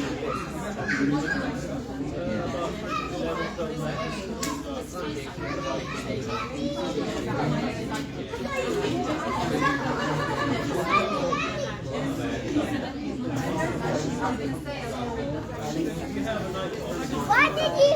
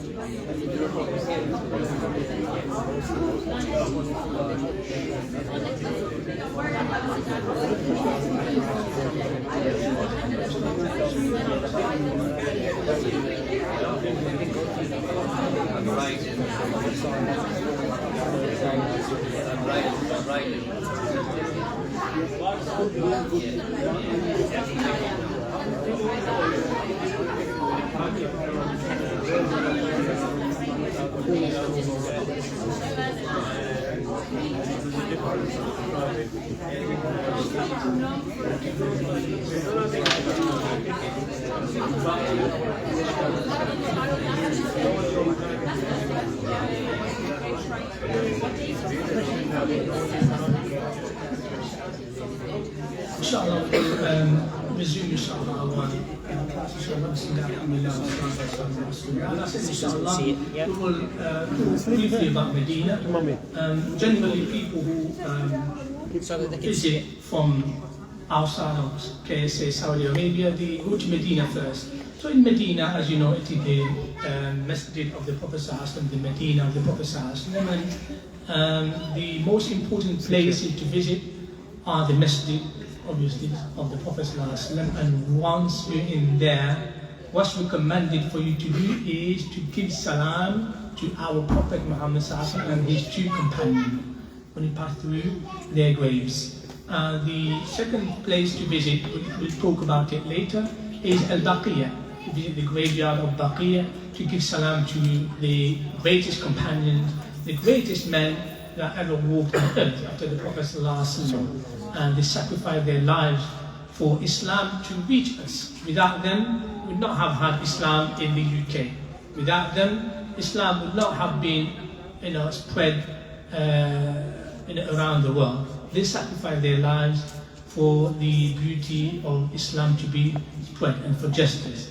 So go to the booklet when it comes to visiting the graveyard, what to say. There are du'a that need to be said, but again, they are not compulsory du'as, prayers, but it's good for the one who visits the graveyard to say these du'as. Assalamu alaikum ala diyar min al-mu'minina wal muslimin inna inshallah bikum lahiqun. Nasallallahu lana wa lakum al-afiyah. There are many ways of saying the dua. This is not the only one.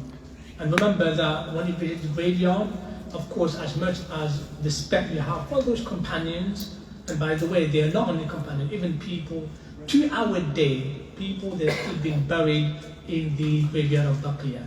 And the Prophet ﷺ, he mentioned the virtue of being buried in Baqiyah. He said, whoever died there and be buried there, he will be resurrected with me on the day of judgment. I mean, you will be together with him. You will be in his group, you will be behind him, sallallahu alayhi wa sallam. So, so this is to visit Baqiyah, and as you can see, and the third place to visit is the Mount of Uhud. The Mount of Uhud, where the Prophet sallallahu alayhi wa sallam has had a rough time, alayhi salatu wasalam. It was the only time where he bled, sallallahu alayhi wa sallam, during battle. Of course, he bled in Ta'if, in Mecca, but the only time where he bled during the battle, he almost died, sallallahu alayhi wa sallam. He almost died. When Aisha radiallahu anha said, Ya Rasulullah, isn't there a day where it was even rougher and tougher for you than the day of Uhud? He said, no, not a day. And then he said, no, perhaps one day in Ta'if. And he mentioned the story of Ta'if, meaning that in Ta'if, what happened in Ta'if, and during the battle of Uhud, Prophet ﷺ went through a rough time. He almost died. And the one who actually gave his back to save the Prophet ﷺ, and he received 70 odd arrows on his back, was the companion.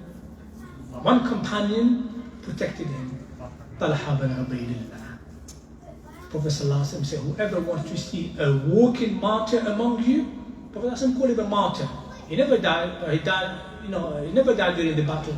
So whoever wants to see a walking martyr in front of you, let's look at Talha bin Ubaydillah. 70 hours on his back. He protected the Prophet ﷺ. Because he fell into a big hole, and it was only him and the Prophet ﷺ. He gave his back to him. Until the Sahaba came later, but the point is that the Prophet ﷺ said, because of the hardship that I went through, I love this mountain. It reminds me of me being, like human, that of the sacrifice that I went through. He said, I love this mountain, the mountain loves us, and we love this mountain. So it is also sunnah to visit this mountain. This mountain is quite far away, it's about 2-3 miles away from Madinah. But if you ask any taxi, or if you go in a group, generally they will take you there. And over there, there's also a graveyard of the Shuhada, where the martyrs of Uhud were buried. And you can visit any other place. You can visit Badr, you can visit Khandaq, all of that are available. But you don't have to visit, meaning that you get rewarded for that. Prophet ﷺ would visit those places. And the fifth, or the fourth, or the fifth place is Masjid Quba. Masjid Quba was, why is Masjid Quba so special? The first masjid ever built. The Prophet ﷺ, first masjid that he built, or he started building, was Quba, before his own masjid. And he stayed in Quba for, it is said, 1 week, it is said 2 weeks, perhaps the correct opinion is 4 days. He didn't complete the building, but he started and he prayed for a few days. And Allah said, لَمَسْجِدٌ أُسِّسَ عَلَى التَّقْوَى مِنْ أَوَّلِ يَوْمٍ أَحَقُّ أَن تَقُومَ فِيهِ. Allah mentioned it in the Quran. Mentioned that the masjid that was built upon taqwa is better for you to pray than the masjid of Dira, the masjid of the hypocrite. The hypocrite, they built a masjid just opposite Masjid Quba and say, Ya Rasulullah, come and pray with it. The Prophet wanted to go with the intention of perhaps, unite their heart. But Allah said, don't go to their masjid. Rather destroy that masjid, because that masjid was built to try and split between the Muslims. And Prophet he destroyed the masjid of Dira, and he kept the masjid Quba. Masjid Quba, Prophet used to visit every Saturday. Every Saturday he used to go there to remember and commemorate the blessing of the first masjid ever built. So these are the places that I want you to remember, and look at the map of the Prophet's masjid. The green one is actually the Rawda Sharifa, which is basically, I don't know if you can see the top one, the white line here, the white line. Here the white line is actually the front. This white line is actually the front of the Masjid of the Prophet Muhammad as he was once. The first one, this one, when he said Mihrab Uthmani, that was an extension. Uthman ibn Affan, he extended the masjid. But before, during the reign of Abu Bakr, during the time of Rasulullah, during the reign of Umar ibn Khattab, the masjid stopped there, stopped in that number 2 when you say number 3. This was the Prophet ﷺ mihrab. He used to pray there, sallallahu alaihi wasallam. So, and the Rawda Sharifa is to the left. I'm not sure whether this message, but Rawda Sharifa is more to the left. It's very close to, it's somewhere here. It should be from number 5 to perhaps number 4 there. It's on the left of the mihrab.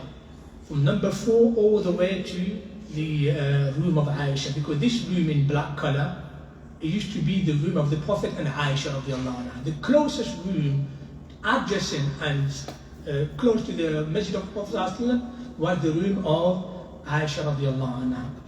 And the Prophet of course, he died in her lap radiallahu anha. And then the Prophet the Sahaba, the difference, where would we bury the Prophet in Baqi' where? And then the companion said, no, I heard the Messenger of Allah say that the Prophet, they should be buried wherever they die. So the Prophet was buried here, as you can see the light green. That's where the Prophet graveyard. And as you know, in the Sunnah, the way we bury is that you bury like this on the right hand side, facing the Qibla. So this one like this. So the Prophet's face would be here, facing the Qibla. And then 2 years later, her father, the father of Aisha, Abu Bakr Siddiq, was buried. And then he asked Aisha, said, Ya Aisha, oh my daughter, when I die, I want to be buried next to the Prophet ﷺ. And said yes. And he was buried behind Rasulullah, facing the Qibla again, but slightly to the left. Slightly to the left, perhaps 1.5 meters away from the Prophet ﷺ. And then the half of Aisha's room was actually the 2 graves. And she had only a curtain. And she lived with the 2 graves. For how many years? Until Umar ibn Khattab passed away.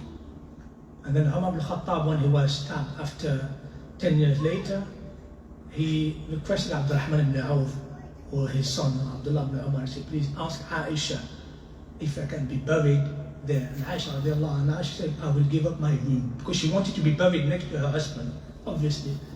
But she gave up the room and she said, yes, you are more worthy and deserving of being buried here. Because every time I hear, said the Prophet ﷺ did, and Abu Bakr and Omar. The Prophet ﷺ did, and Abu Bakr and Omar. We always, during the time of the lifetime of the Prophet ﷺ, they always used to hear that. Abu Bakr, Omar, Prophet, Abu Bakr and Omar, alayhim min Allah ar-Radwan. May Allah be pleased with the both companions, and may alayhi salatu wa salam, may Allah Azza wa Jal send his blessing and salutation upon our Prophet Muhammad sallallahu alaihi wasallam. And so Rawda Sharifa, whoever prays there, it is as if they pray in Jannah. So it is sunnah for you to go and pray there whenever you can. For the sisters, alhamdulillah, we have a time. I think if I remember, is generally about from 10 until Dhuhr, if I remember, or before Dhuhr, sorry, from 8 till 10 in the morning. 2 hours before Dhuhr, they are, for 2 hours, sisters, they go there. Sisters, they go there and they can pray in Rawdat al-Sharifa, generally. Now, Akhi, you have a question? I think you have to book through the app now. You have to book through the app for the Rawdat. Yeah, you have to. I'm quite outdated. Now, the brother said that you have to have, download an app and book, through the app. So, which I didn't know, to be honest. So, what's the app name? Manasik? Nusuk? I heard Manasik or something, I heard that. But even for Rawda? Yeah, you have to book an appointment. You don't get it for a week. So try and book it now, inshallah, before you go, inshallah. So the brother said you have to book. So, yes. Guide, I think, okay. So if you go in a group, normally they would book for you. So brother said, if you go in a group, generally they would take you there, inshallah. So, and remember, when you pray there, remember you're praying in Jannah.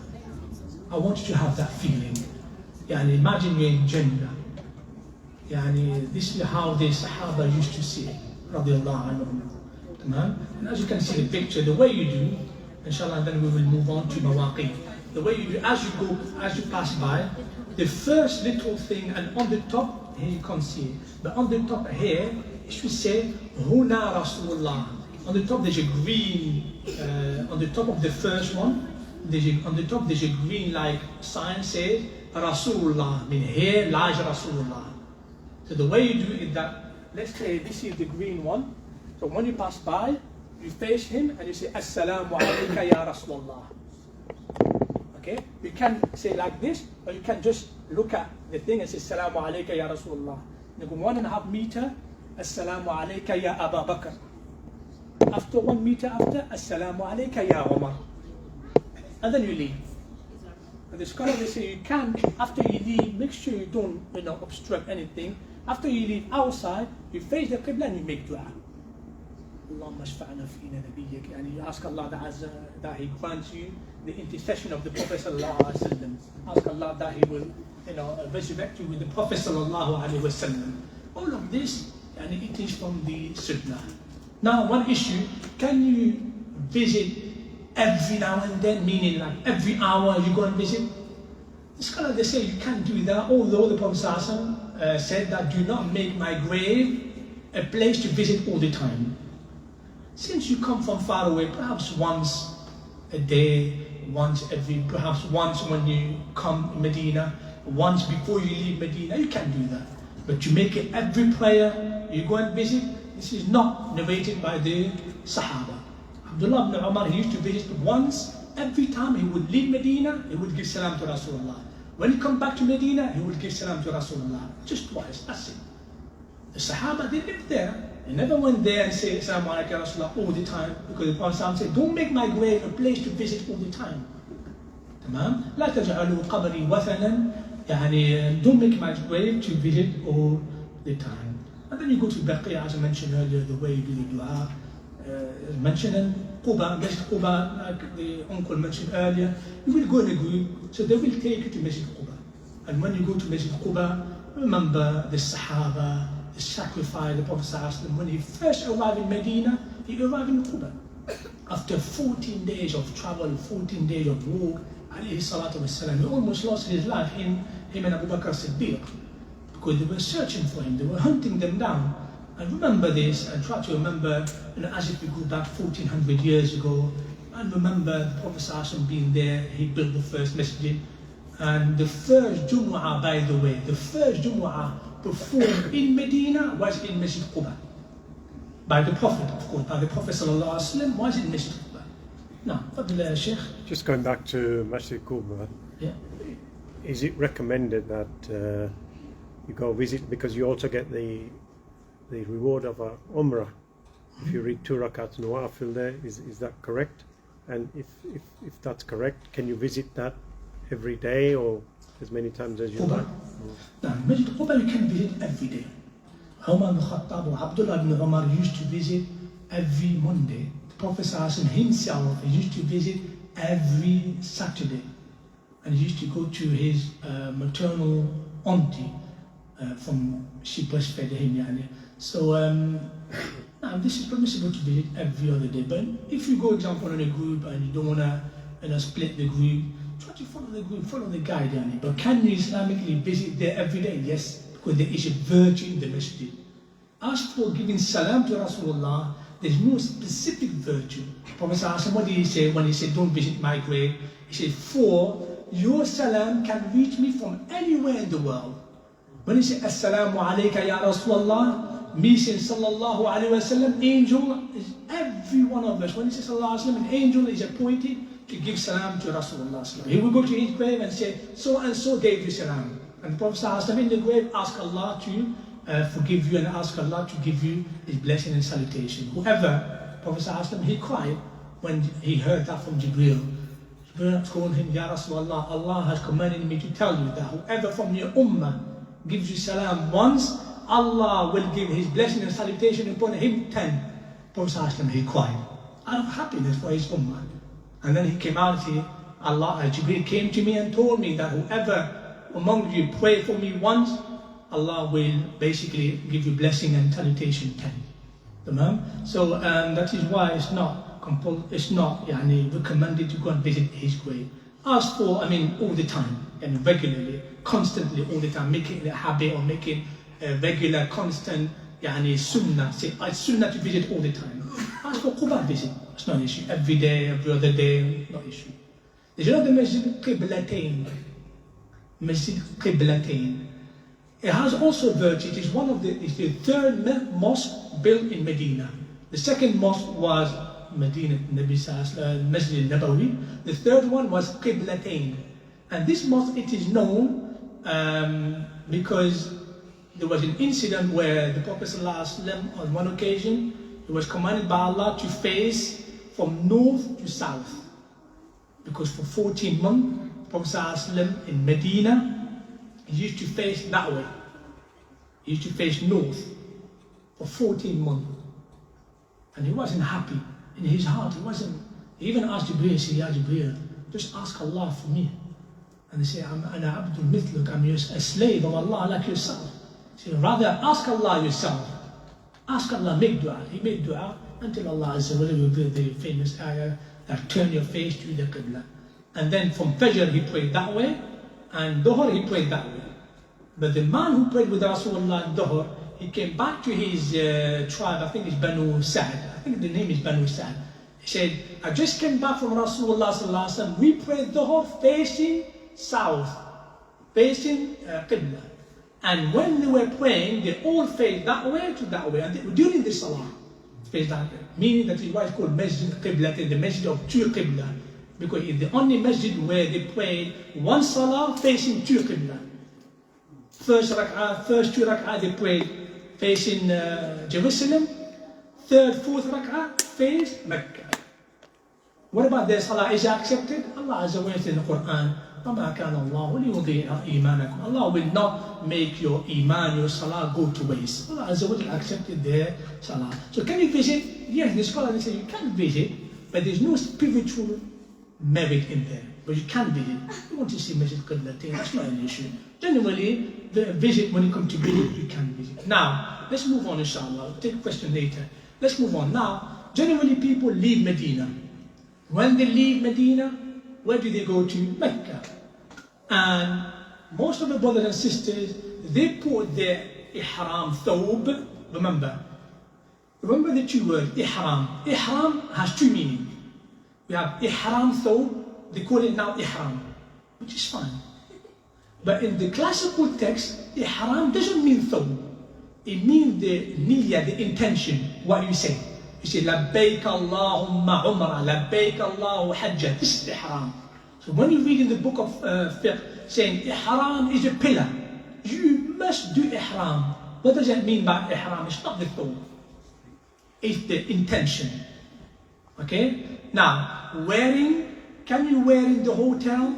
You can. You can. Tamam? And then we'll talk about how to wear everything a bit later. And then you will go to the first miqat. Miqat means the boundaries. Boundaries, there are 4 or 5 places outside of Mecca where whoever live beyond those boundaries, they must pass through these boundaries to do ihram, to say the ihram.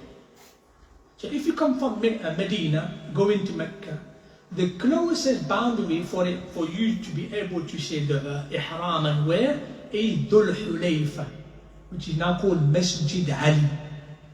Masjid Ali is about 2-3 miles south of Medina. 2-3 miles, inshallah, you will go with a group, they will tell you. And they will stop. Generally they stop. Masjid Ali, they say now you can go. Some of the brothers, they want to get changed where they want to get changed in the hotel. Can they do that? Yes, they can do that, it's fine. However, when you do the ihram, when you say labbaik Allahumma, when you start saying labbaik Allahumma Umrah, where do you do it? In the miqat, well done, in Masjid Ali. Can you do it in the hotel? You can, but it's disliked. Because the Prophet ﷺ, he did it from the miqat, he didn't do it before the miqat. You've got to respect the Prophet ﷺ act of worship. He did it in the miqat. He got changed in the miqat. He prayed in the miqat there.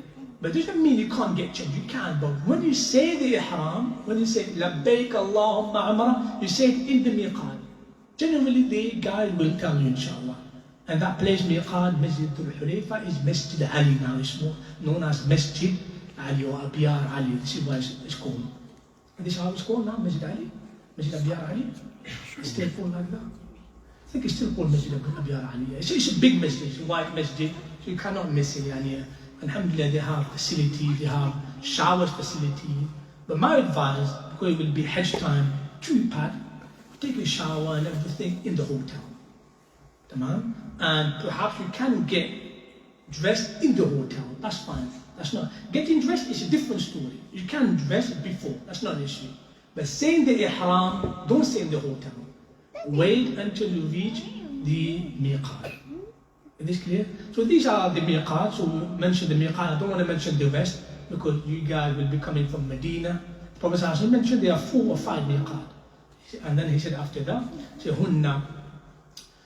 هن لهن ولمن أتى عليهن من غير أهلهن لمن أراد الحج والعمرة, meaning that those places are for the people who live nearby.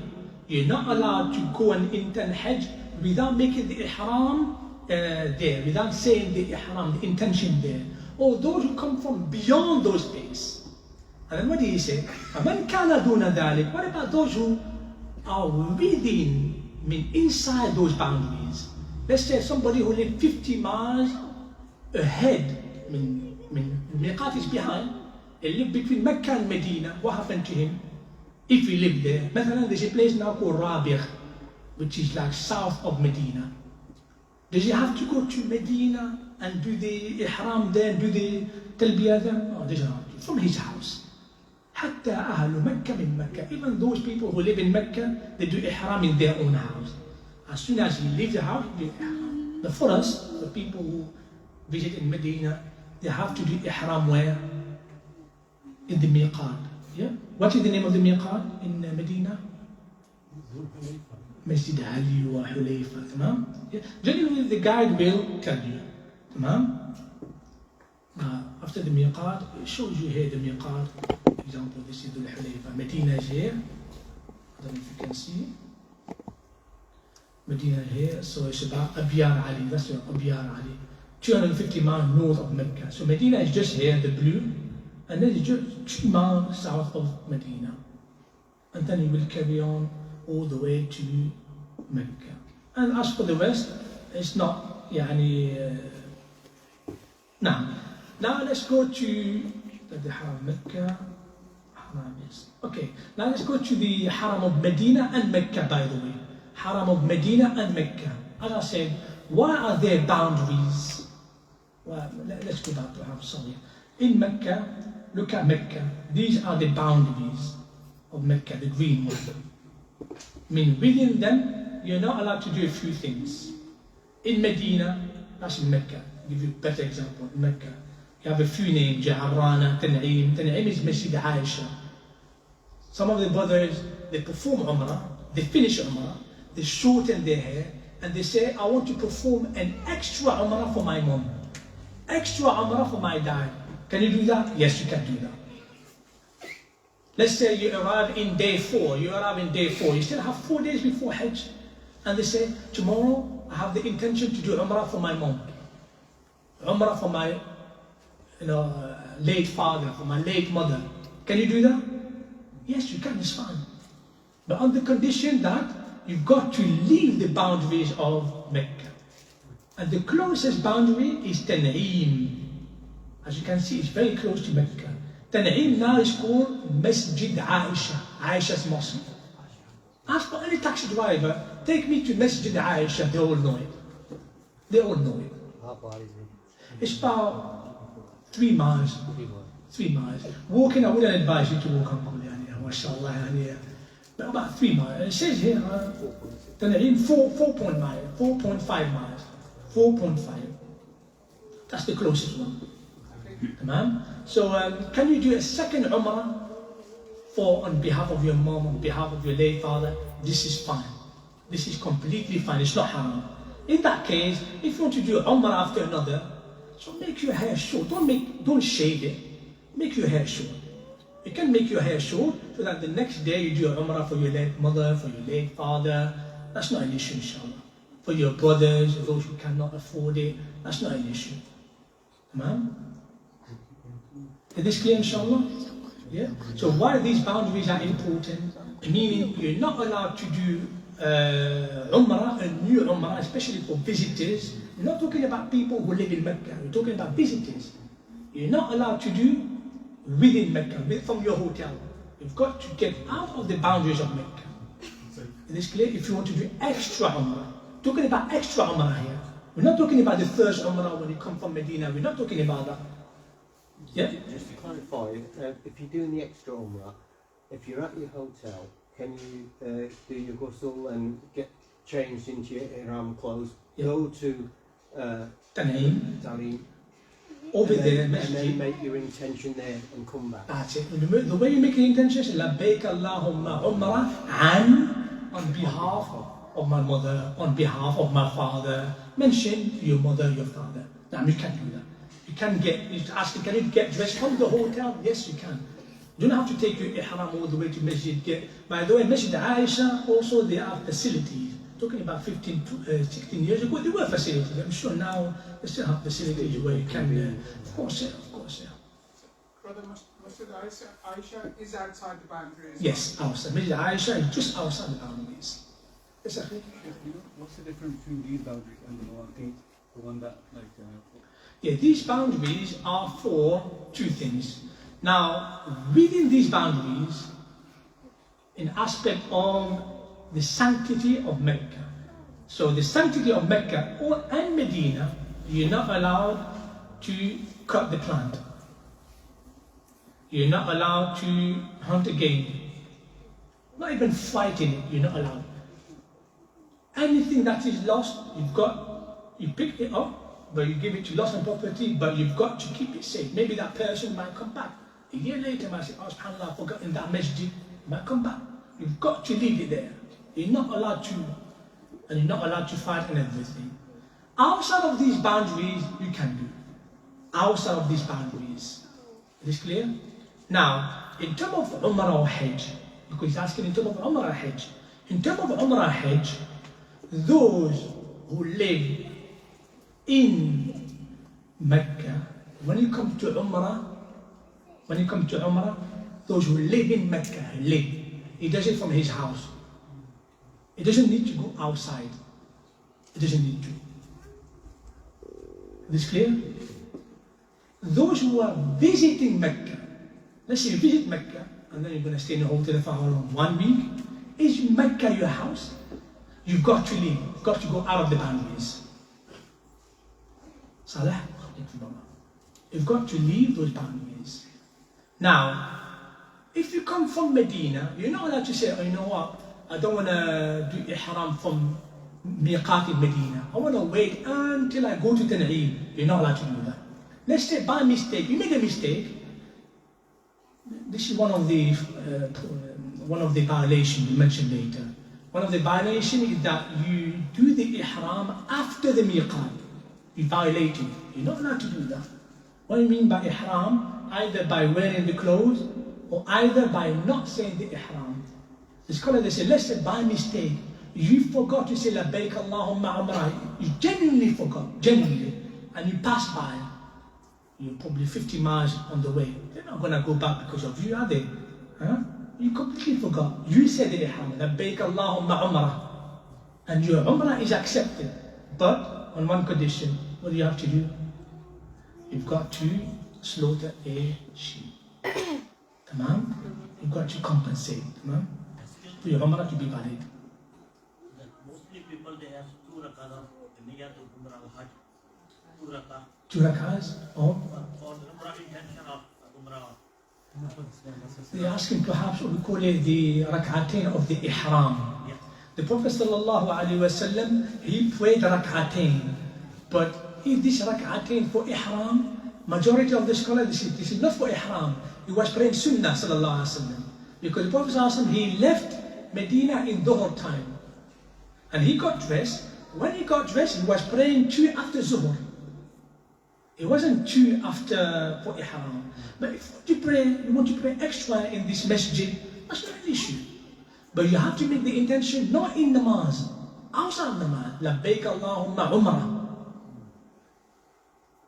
Is it what you're asking for, Uncle? Yeah, I'm asking about, this is a 2 rakat for intention of Yes, yes. The thing is, we call it rak'atay al-ihram. The majority of scholars, I think Hanafi, they say it's fine, but the 3 madhab, they say no, there's no such, because the 2 rak'ah the Prophet prayed, it wasn't for ihram, it was for the sunnah. It was for the sunnah. But the intention of Umrah or Hajj has to be outside of namaz, outside of salah, not in the salah. Allah knows best. Tamam, inshallah. So as you can see, if you can see around it, like a brother asking, this is the boundaries of haram. You're not allowed to hunt again. You know the dark blue inside, dark blue here. You're not allowed to hunt a game. You're not allowed to pluck. You're not allowed to do any of these. As for these boundaries, which is the outer boundaries, for those people who visit from far away, who visit from far away, you're not allowed to pass through without making the ihram with your tongue. Labbaik Allahumma Umrah, not with your, you can't make it with your heart, by the way, it's fine. Make it with your heart, obviously, intention comes from the heart. But sunnah with your tongue. Labbaik Allahumma Umrah. Is this clear?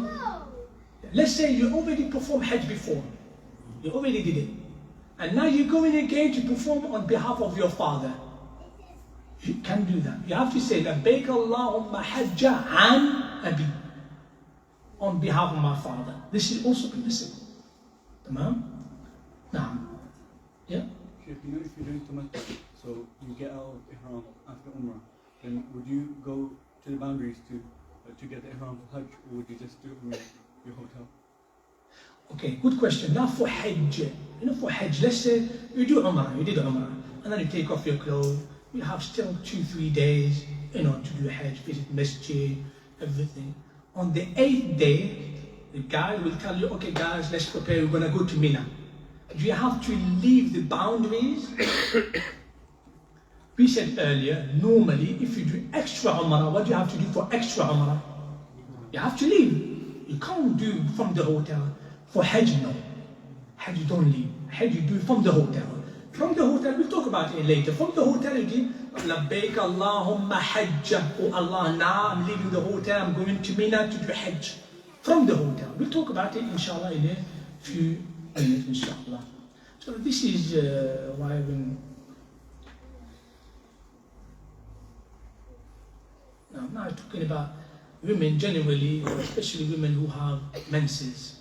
Now some of the scholars, they say, if you know that, especially because nowadays 10K is quite expensive, if you know that during the Hajj time, because women, they have their regular menses, they know that during that time I know I have my menses.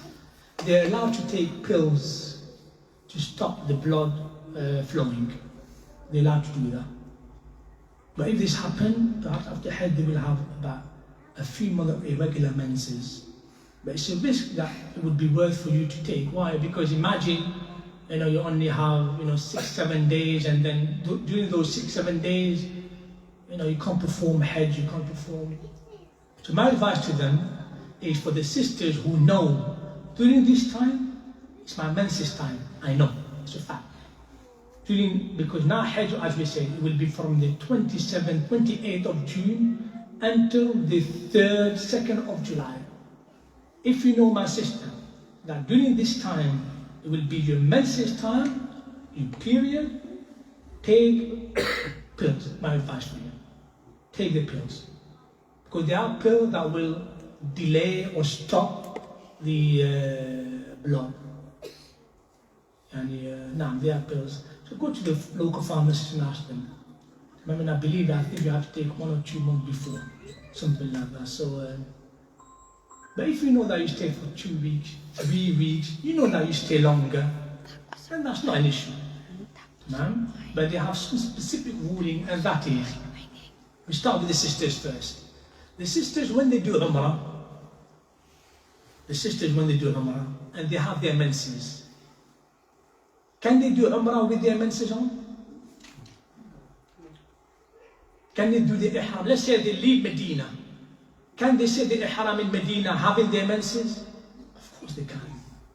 They wear normal. By the way, sisters, they don't have to wear specific clothes. They wear normal. And then they do labbaik Allahumma umrah. And then they do labbaik Allahumma labbaik. We'll mention later what to do on the way. Labbaik la sharika laka labbaik. They go to the hotel, they still do the dhikr. They can't do anything, but they can't read Quran, they can't touch the Quran, obviously. But they can do, and they can't pray, obviously. While the group go to do tawaf and sa'i, she's not allowed to do that. She's got to wait. She's got to wait. She's in the state of ihram until her menses, actually until her umrah finishes. Let's say her menses is 8 days. She's in the state of ihram. Means she's still in the ihram state. What does that mean? She cannot do those 9 things. We'll mention in film. She cannot do those 9 things. If you do one of those 9, you will violate the ihram. That is why my advice to the sisters, take the pill. And this is what Ibn al-Uthaymin, rahimahullah, advised. Ibn al-Uthaymin advised, especially for visitors, for those who come from far away. Tamam? Wallahu a'la wa a'lam. Now, Umrah. Let's talk about Umrah. Now, the 4 things that need to do is the ihram for your Umrah to be complete. You need to do the ihram. Now, ihram, as I mentioned before, it's not the clothes. What do we mean by ihram? You say, labbaik Allahumma. What do you say? Since it's to do with Umrah, what do you say? Umrah. Labbaik Allahumma Umrah. You don't need to say on my behalf because you're doing it for you. But if you do it on behalf of somebody else, labbaik Allahumma Umrah, an mean on behalf. And you mention the name. It doesn't have to be your father. It could be even somebody, your friend. Let's say your friend, he cannot make it. You want to do it for him. You can do it. But on the condition that you perform Umrah first, obviously, and Hajj first. Is this clear? Labbaik Allahumma Umrah. When do you say that? Miqat. Where's Miqat from Medina? Dhul Hulayfa. The second thing that you need to do in order for your Umrah to be complete is tawaf. When do you do tawaf? Or where, sorry? In Mecca, obviously. This is called tawaf ziyarah. Probably you heard before. Tawaf ziyarah. Or tawaf qudum. The first tawaf. Qudum the first tawaf. Because anything, when you first meet somebody, what do? When you first meet somebody, you come from far, you first meet him, what do? You greet him, Assalamu alaikum. The way to greet Masjid al-Haram is tawaf. The way to say goodbye to Masjid al-Haram is tawaf. You cannot leave Mecca without tawaf. You cannot say Assalamu alaikum to Mecca without tawaf. You've got to do tawaf. This is the sacred place. There's a way to say salam to Mecca. And the way you say salam or greet the masjid is, any masjid, 2 rakat. And when you enter the masjid, don't sit. It's disrespectful.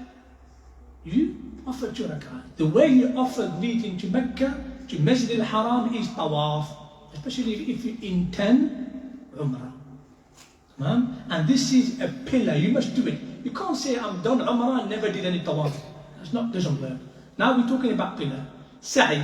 Sa'i means between Safa and Marwa. We'll mention in detail. And halq. Halq is shaving or qasr. Qasr is to trim or shorten. And for the sisters, just to trim a bit of hair. Try to make it even at the back. Okay? Don't just trim one hair and that's it. No. Try to make it even. It's makruh to trim just a bit of hair and leave the rest. It's makruh. It's not haram, but it's makruh. Sisters, do they have any? Just tell them that there is a thing there. Okay, perfect. If they want to ask any questions. Yeah, if you have any questions, sister, is Slido, inshallah, because it would be unfair if they. Please ask on slide. And tawaf al-qudum and the tawaf can you make the intention for both? So when you first come into Mecca. The first tawaf, yeah. So can you make that your tawaf umrah as well? Tawaf qudum is tawaf umrah. Okay. Generally. Tawaf qudum is tawaf umrah. Unless, let's say, you live in Mecca and you intend, I don't want to do umrah now. Let's say you went out, you come back to Mecca, that's your house, and you never intended to do umrah in the first place. Yes, you've got to do tawaf qudum, But it's nothing to do with, it's called tawaf now, tawaf tahiyya. Tawaf tahiyya means just give salam to Masjid al-Haram. Tawaf qudum, generally tawaf qudum is tawaf of the Umrah. So the ihram, the way you do ihram is you arrive at the miqat, because you'll be arriving from Medina. So when you arrive before you do the ihram, make sure you do the following thing. Clip your moustache, clip your nail, remove pubic hair, armpit hair. Umrah generally, it's okay to not to do that, but it's sunnah. Why am I saying it's okay? Because it takes about 2 or 3 hours. Umrah doesn't take that long. But Hajj takes about 5 days. So make sure that, you know, all of the hair, all of the things, they're all, take a shower. And you can use perfume around your body before you do the ihram. Before you use shampoo, use body wash, even if it's scented, it's fine. Have you done the ihram yet? You haven't. You're still in the hotel. It's fine. Is this clear? Put the ihram. Sorry? Asking about the slipper, shoes, covered or shuffle. Some people say, the top bone should be naked. Sorry, I didn't get. So he's on about footwear. Yeah. Talking about footwear, how much of the foot should be covered when you're wearing? Yeah, we mentioned before, footwear, we'll mention now inshallah, is as long as you do not cover the ankles. You can wear sandals, you can wear shoes, but haram to cover the ankles. Ankles, don't cover the ankles. So sandals, slippers. And earlier, brother mentioned, because in the book of fiqh it says, anything stitched is haram. What is meant by stitch is tailored one. Like this one is one thing and then you tailor it. This one you add it extra. As for that garment, it's just one garment. But let's say that garment, there's a bit of a hole. Are you going to wear with the hole at the back of your... Are going to do that? Can you stitch that garment and make it into... Of course you can. What you mean by stitch is tailored.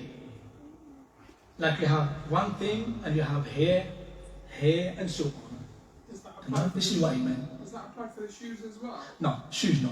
So But the Prophet, what did he say? He said that do not, if you can wear leather socks, if you cut the upper part to uncover the ankles. What about the upper foot? Yes. What? It should be naked as well. No, it's fine. That's what somebody told me. No, the top one is fine. It's just the ankles. Is that according to the Hanafi fiqh where they've got to show that the top? This is a fiqh question for the Hanafi. I don't know about Allahu Alam. In that case, be on the safe side. Don't cover your... But the 3 madhab, I know the 3 madhab, that's a fact. You can wear shoes. Shoes is fine. Tamam? But if you're on the safe side, don't wear this. Wear sandals, it's fine, inshallah. 99% people, they're using chapel only. They're using? Slippers. That's fine, slippers. Slippers is fine, inshallah. Slippers is fine. Allahu Alam. So I think they say that the metatarsal should be uncovered. Metatarsal, the protruding bone. I'm not sure about the Hanafi. Allahu Alam. Tafadhal, akhi. Yeah, so if you're coming from another country and you put your ihram on, like in transit, it's still okay to put attar or any perfume one from before the miqat on your ihram. Now, before the miqat, you can put perfume on your body. Even if you wear it, it might touch some of your body, might touch a bit. This is fine.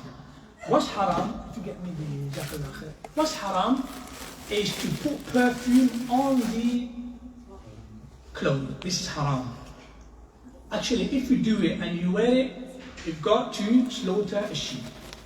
You've got to slaughter a sheep. So inshallah we'll cover it now, we'll talk about that. So this one shouldn't be scented. Now question, sometimes you have comfort. And sometimes we put in the wash and they put comfort in it. When you come out, a nice scent. Is it allowed? According to the majority, they say that it is allowed. According to the majority. No? To be on the safe side, don't do it. Wash with the powder, make it scentless. Because the Prophet, what he forbade something that you put za'afran, saffron, or worse, which is rose water, means something that is specific for fragrance. Now the comfort, is it considered a fragrance really? Allahu Akbar. To be on the safe side, don't put any scent in there. Put powder. Washing powder is fine. It doesn't have, it has a normal scent, which is clean scent. But perfume, perhaps it's best not to do it. Perhaps it's best not to do it. Now, for the sisters, by the way, they can wear anything, meaning cover her head, any color, that's not an issue. As long as it's ibaya and cover the head and cover their feet. According to the two madhab, cover their feet. تمام؟ نعم تفضل أخي. Sheikh, the shower, ghusl, is it the same as Jumu'ah, for example? The ghusl is similar to the Jumu'ah. The Prophet ﷺ used to do one type of ghusl. Jumu'ah, janaba, after having sexual relations, and also there. And he used to put, Aisha radiallahu anha, kuntu utayyibu. She said, I was perfuming the Prophet ﷺ before he put ihram on. Aisha was perfuming the Prophet ﷺ. And then he put ihram. For both, for men and women, same is women, they're not allowed obviously to put fragrance. They're not allowed to put fragrance. The Prophet said, whoever from the women put fragrance that can be smelled, they will not smell the fragrance of Jannah. And that fragrance of Jannah can be smelled as far as 40 years. However, if they put like deodorant that is not scented one, you have some deodorant that doesn't have any scent, or natural scent, natural fragrance, this is fine. This is fine. Ma'am, or sunscreen, moisturizer, deodorant that has alcohol in it. Is it permissible to use? Also, can you wear them during Hajj? Now, المشكلة أن alcohol, it depends on the madhahib. The madhahib, they say that it is called istihala. Istihala means by the process of change, mean from alcohol in turning to a different, completely, altogether different item, different, man. And once you spray, if it goes in the air, the alcohol, how do you call it, thing disappears. Some of the scholars, they say it's fine. This is the majority of the few. The majority of them, this is a few who said that. The majority say no. Alcohol, if it has alcohol, it clearly says alcohol, don't do it. Don't wear it. Don't put deodorant on it. These are synthetic. Sorry? It's a chemical synthetic. So basically, some of the alcohol is not the alcohol that you drink, but it's a chemical, which is a different property to alcohol you drink. Yes. I don't know, but if that's the case, if it says alcohol that is nothing to do with the drink, then it's fine. Because mostly Arabian spray, they got alcohol in there, but they say it's okay to use. Allahu Alam. What I know is that some brothers, they told me that a lot of alcoholics, they would look for perfume and they would drink the perfume. That's what I heard before. It's a percentage, it's less than 1 something else is okay. Nevertheless, to be on the safe side, especially in medicine. To be on the safe side, that is best not to use. But if there's no other deodorant to use, that's the only one, then there's no harm, inshallah. Inshallah, there is no harm. Now, the two garments, how to wear them for the brothers, and then he says, pray 2 rak'ah or a prescribed salah if it's time for it.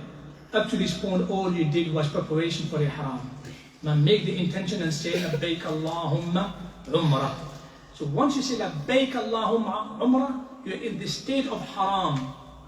You can't do those 9 things we'll mention. Now, how to wear the ihram?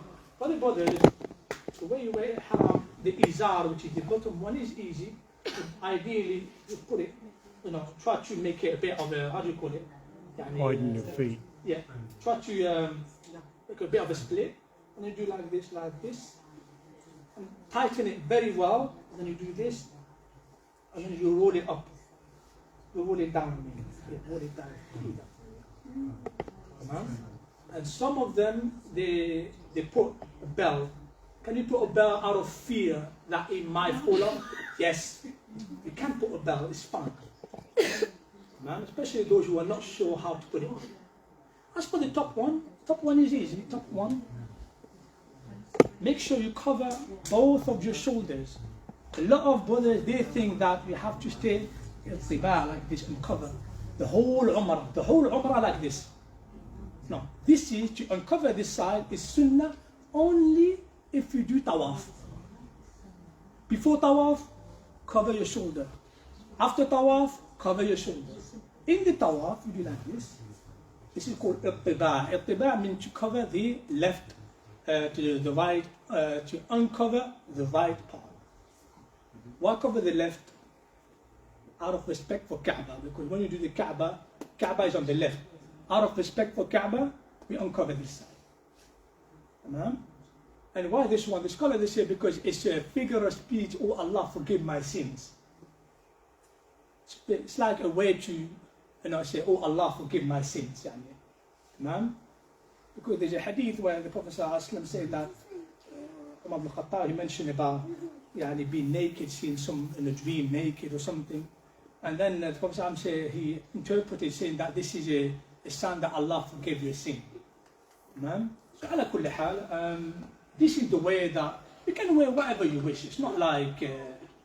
Now, one question. Some ihram, yeah? That much length is okay. The length. What do you mean the length? The length. How high should you have it? Now, does it have to go all the way up? It doesn't have to go all the way up. You can put it all the way down. This is called izar. Izar is the lower garment, and this is called a rida. Rida is the upper garment. For men, there's only two garments. The Prophet ﷺ was asked in Hajj, Ya Rasulullah, what should a man wear? He said, and the Prophet ﷺ did not mention what he should wear. He mentioned what he shouldn't wear. He said, he must not wear sirwal. This is sirwal. Or like you guys know sirwal, like, alhamdulillah, you know sirwal. This is sirwal. He must not wear this. He must not wear a cloak. He must not wear a baranis. Baranis is those cloaks that have, like Moroccan, I don't know if you see the Moroccan jilbab, what do you call it? They have a hood. Yeah, they have a hood. He must not wear that. And then it says, and he must not wear khuf, leather socks. Unless you can't find anything else, then he must cut, this is the hadith in Bukhari, he must cut the upper part so that the ankles can be seen. As for sisters, they can wear what they normally wear. But of course, no fragrance around the thing, and as you mentioned earlier. Just a side point that when you're on an airplane, they normally tell you when you come to the miqat. Yeah, some of the group, they start Umrah first. They don't go to Medina. I'm not sure about your group, but they don't go to Medina. They start Umrah first, they do Hajj first, and then they go to Medina later. For them, when do they do Umrah? When do they get changed? Ideally, normally they would go to. Who's traveling this year? Yalla, may Allah accept from you. Do you go to Turkey first or where is it? So do you travel directly? And then from Cairo going to Cairo. In Cairo, you have 2 or 3 hours transit. Yeah. Wear this. It's fine. You're not gonna go to little, like a toilet booth. It's too little. They're not allowing you to have. In Cairo, take your time, go, undress, put this on, but don't say the ihram yet. On the plane, they will tell you, in 5 minutes we will reach ihram. Can you say it 5 minutes before ihram, knowingly that the plane travels fast? Yes, you can. You don't have to be exactly on the dot, because you're not physically there. So they will announce it. Alhamdulillah, even when I went once, it was 20 years ago, I went with Lufthansa. Lufthansa, which is German, they announced it, which is a good thing. They announce it, they say, for those who want to do Umrah or Hajj, now we're passing through this area, so it's time for, it's said in English, which is quite good, good initiative. So what they do is that they do ihram on the plane, they say it on the plane, but they get dressed in the airport, at the airport. And those who travel directly from here, let's say from Heathrow all the way to Jeddah, then you can do it. And when you go to the airport, just go normal clothes, and then you wear it in the airport. After you pass, your thing, you wear it. That's not an issue. Make sure that you bring that with you. Don't leave it in your bring it with you, inshallah. Yeah, but the ihram, when do you say labbaik Allahumma Umrah at Heathrow Airport? What do you do? We're going, which Hajj you going? Heathrow? No, you say it on the plane, and they will announce it. They will say we're going through now, and now. Does that make sense? But ideally, perform Medina first. Go and visit Medina, but it's out of control. You can't really say I want to go to Medina first. But some people, what they do, they travel to Jeddah. They don't go to Mecca yet. From Jeddah, what do? They go to Medina. Some people, they do that. Then you don't need to wear ihram, you don't need to do anything, because you're not visiting Mecca yet. Does that make sense? Yeah? How about women? Women have to go to Mecca as well for Mina or ihrams? If you travel from where? If you are in Mecca. Yeah. And then you want to do Umrah again? You are the visitor in Mecca. Yeah. And you go for Umrah. Yeah. The ladies have to go Mecca as well. Now, if you do a second Umrah again, out of Mecca, not Miqat, Haram, out of Haram, Masjid Aisha. First Umrah. First? How to make women's niyyah. It means the first Umrah when we go from abroad. Yeah. So it's same for men. It's same, yeah, that's right. So we have two things. Either you travel to Medina first. From Medina is easy. Alhamdulillah, you go with the group. But sometimes, I don't know about you, but sometimes you travel to Mecca first. Those travel to Mecca, can they wear in Jeddah airport? No. Can they do ihram in Jeddah airport? No. They have to do it before, because they're going through the miqat, which we'll mention a bit later, mention a bit before. This is it. This is Jeddah. So, Jeddah is within the ihram. And generally you will come from Egypt. And when you come from Egypt, you go through Juhfa, and then you go a bit down like this, generally. So generally the plane will go like this, like this, like this, and then they go like this generally. And then they will tell you, we're about 30 minutes away from Jeddah, and you do the ihram. They will tell you. I've heard it many times myself. So what you do, you dress. Better for you to dress at the airport. You're not going to get undressed, in the plane or at the airport. But you do the ihram on the plane. Alhamdulillah, the group, I'm sure they will tell you your guide, and they will explain everything to you. Tamam? Now, and then after, if we finish Umrah, you want to do an extra Umrah the second day, all you have to do, go to Masjid Masjid Aisha. Don't go to Miqat, go to the yellow boundaries. You've got to get there and then get dressed.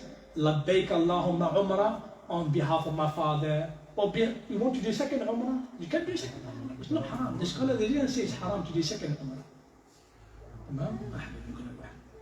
Ustath, just back to your uncovering the shoulder whilst you're doing the tawaf. The adhan goes. Should you cover it for salah both? Yeah. Now, if the adhan goes, one of the two shoulders must be covered, not both. One of the two shoulders is fine. This is, by the way, the Hanbali madhab only. The three madhab, they say it's fine to uncover both shoulders. It doesn't invalidate your salah. Both shoulders can be uncovered, according to the three madhab. Hanbali, they're quite strict, they say one of the two. So, you can uncover one of the two, that's not an issue, inshallah. And Allah knows best. Is the shoulder uncovered just for the first set of tawafs? Because you've got two others as well, haven't you? That's a good thing, Alhamdulillah, looks like he knows, mashallah. It's true, the uncovered shoulders, some of the scholars they say it's to do with tawaf al-qudum. Tawaf al-qudum, which is the tawaf of the Umrah. That's it. And some of them they say, no, even the tawaf of the Hajj, which is the second one, you uncover as well. And perhaps the correct opinion is this, that for every tawaf that you do, uncover.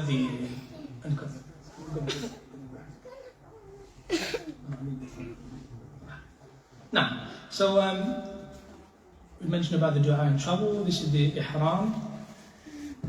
Labbaik Allahumma Umrah.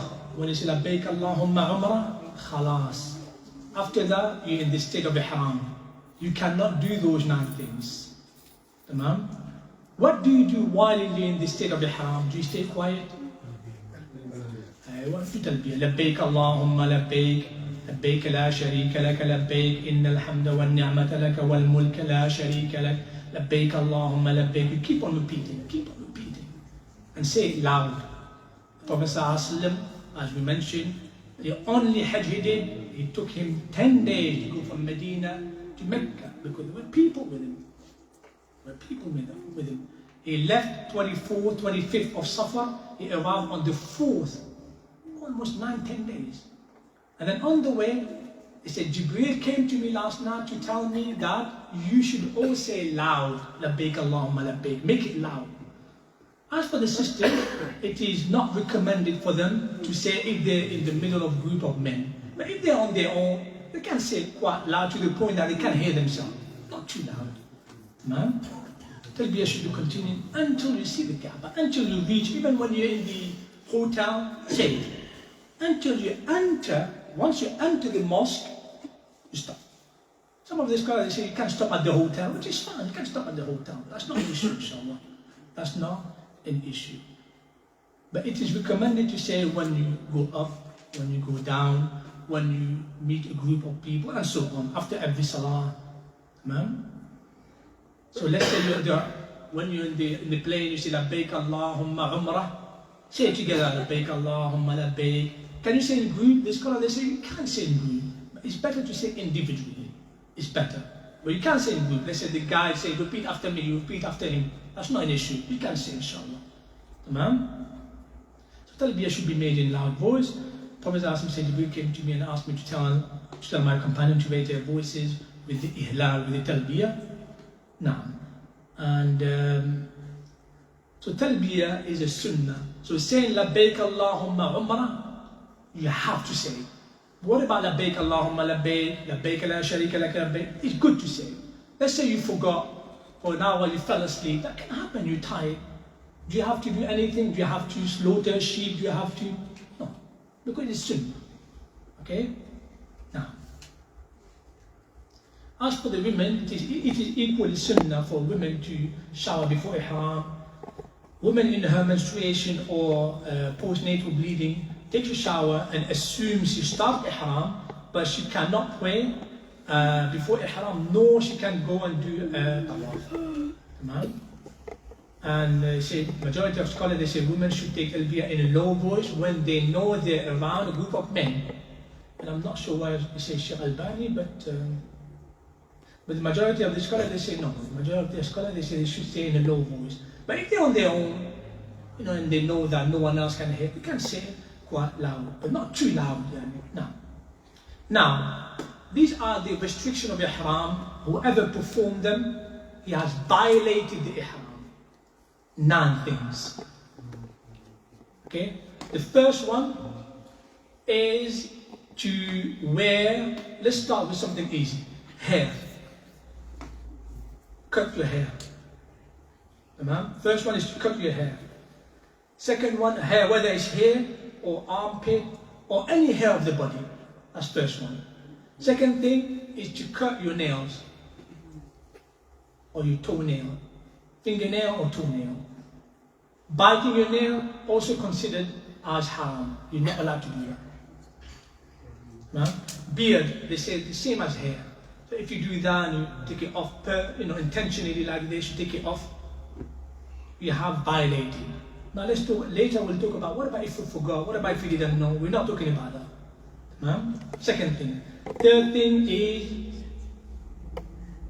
is fragrance. Put perfume on. While you're in the state of ihram, you ask can you put perfume here? Haram. Scholars, they even went beyond, they say, even smell it. You go to a fragrance shop, you smell it. They say, no, you're not allowed to do that. Some of them. But it doesn't mean, it's not haram, but they say it's makruh. They say it's makruh, don't do it. after ihram we can use some soap, with fragrance. Yeah, some soap, Zakallah, have scent. You're not allowed to use it. Use soap that has no scent. Good question. Some soap, you can put it, it's properly scented, orange or... That is why some of the scholars, they say you can't use the soap, scented soap. As for the ihram, they say that because it's done before, it's different story. But the majority, they say, don't. They say you can do it, but it's best not to do it. It's best not to do it. Yeah, and don't put scent on the or fragrance on the thing. Talking about comfort. Now we're talking about comfort. No? So fragrance you're not allowed to use. Number 4, you're not allowed to conduct any act of marriage. Conduct any act of marriage, zawaj. Or, let's say you're in the state of Ihram, somebody conducted it for you. Let's say you're in the state of Ihram, you're in Mecca, and somebody, your dad, been so, mashallah, take care of you, he conduct, on behalf of my son, khalas, you can get married. Or you do over the phone.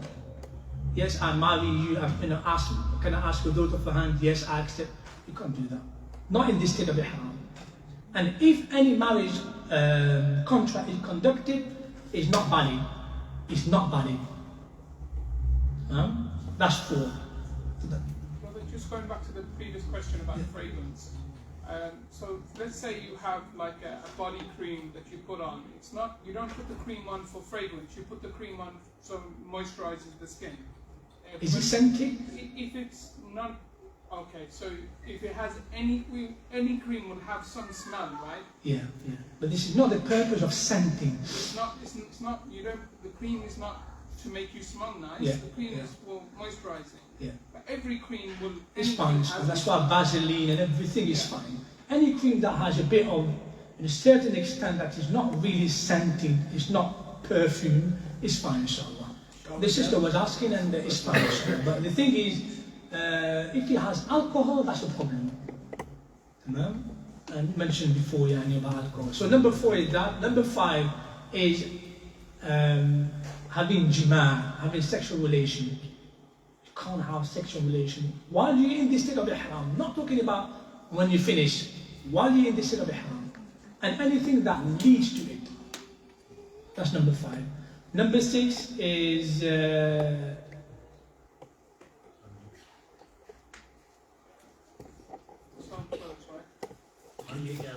number 6 is to cover your. I should have started from the top. To cover, but this is for men. For men, to, let's mention the most common one.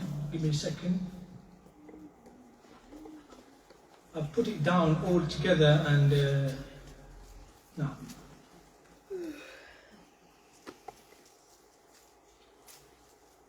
Hunting and killing the lices.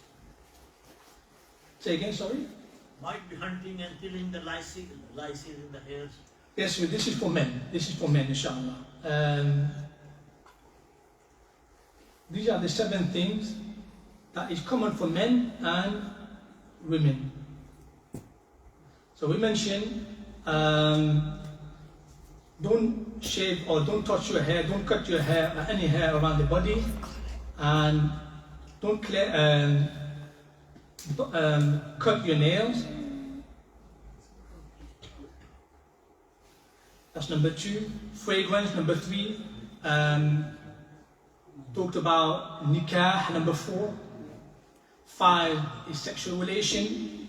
6 is to wear anything that is not, for men of course, anything that is tailored. What does that mean? You're not allowed to do that. Any sewn or tailored clothes for men. Man, but this is to do with men. The other things. Check about covering the head. Covering the head for the men as well. For the men is 2 extra things: covering the head and wearing tailored clothes. Meaning they have to put these 2 garments only. Now, you don't have these 2 garments. Prophet Sallallahu said, Ya Rasulullah, I don't have any garment. I have nothing. I'm poor. Prophet Sallallahu said, wear sirwal. Only sirwal. Leave the top off. Topless, the sirwal. That's for the men. Tamam? As for the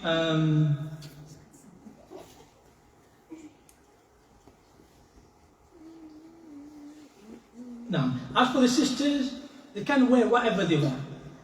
They can wear. That's not an issue. They can wear whatever they want. I'm just trying to find the محظورات الإحرام الدرر.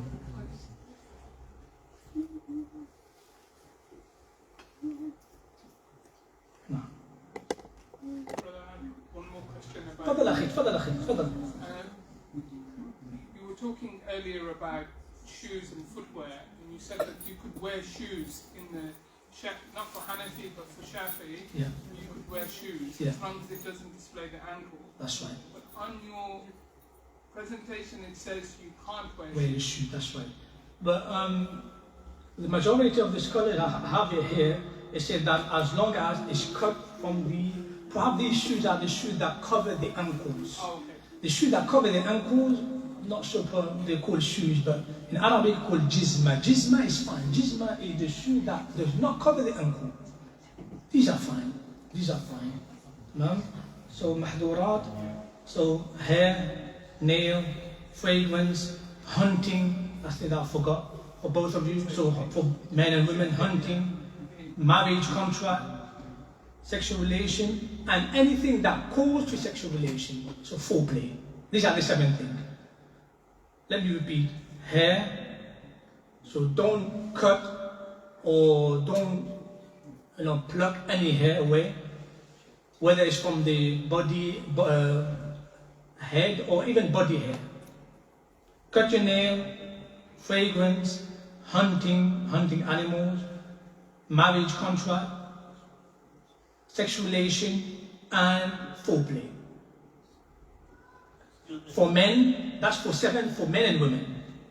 For men, don't wear any taqiyya, anything that touches your hair, anything that touches like this, because it touches, you're not allowed to wear. Or whether it's turban. But if it's, how do you call it, if you have a shamsiyya, umbrella, that's fine. Or let's say the baggage was too heavy for you, and you wanted to carry on the top of your head, and of course you touch it because it's too heavy for you, and it's fine. It's fine, you can't touch it, because it's not a type of hat or headwear or, that's the 2 things, and that's, sorry for the brothers, that's wearing something on the top, and wearing tailored clothing. For the sisters, niqab, wear niqab. And wear gloves. They're not allowed to do that. So they're not allowed to wear niqab or gloves. Gloves. They're not allowed to do I that. think the brother here had a question. Yeah? Yeah, I'm asking about this. We can't pull the grass as well. The grass, cutting or something. Cutting grass, cutting plants. Yes, we mentioned all that. Plant, grass, out of respect for Mecca. Yes. Even somebody has some lice in his head. It fell down, you can't kill them. If you have lice, now we'll mention that. I mean, let's say you have disease and you want to put, you want to take your hair off. Hadith Ka'b ibn al-Hujra. Now we'll mention that later, inshallah. So those are the. I think just to clarify, the brother's saying that if you had hair lice Yeah. in your hair Yeah. and they fall down, you can't kill them. Is that correct? So hair No, lice is like insects. No, I think he's trying to say hair lice you can't kill it. Yeah. No, hair lice you can kill them. Hair lice you can kill them. Because it harms. So generally insects and things like that. Can you kill Insect that harms you, you can kill. Insect that don't harm you, you're not allowed to kill. Sheikh, like in Makkah, sometimes you have locusts, problems with locusts. So. Yeah, those type of things, yani, especially locusts, they come in group. You can't kill, generally locusts, you're not allowed to kill. But if you come in group, you walk, you're not intending to kill them. Because I'm saying there are 7 things, or 5 things, where you can kill. 5 things. You didn't mention locusts. Or cricket. Is it called cricket as well? Locust? Locust. Yeah, you're not allowed to kill those. Yeah.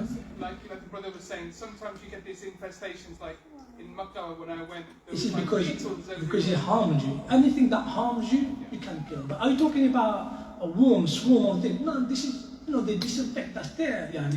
They do it. Right. But if you find an insect on the floor and you just step like that, this is haram.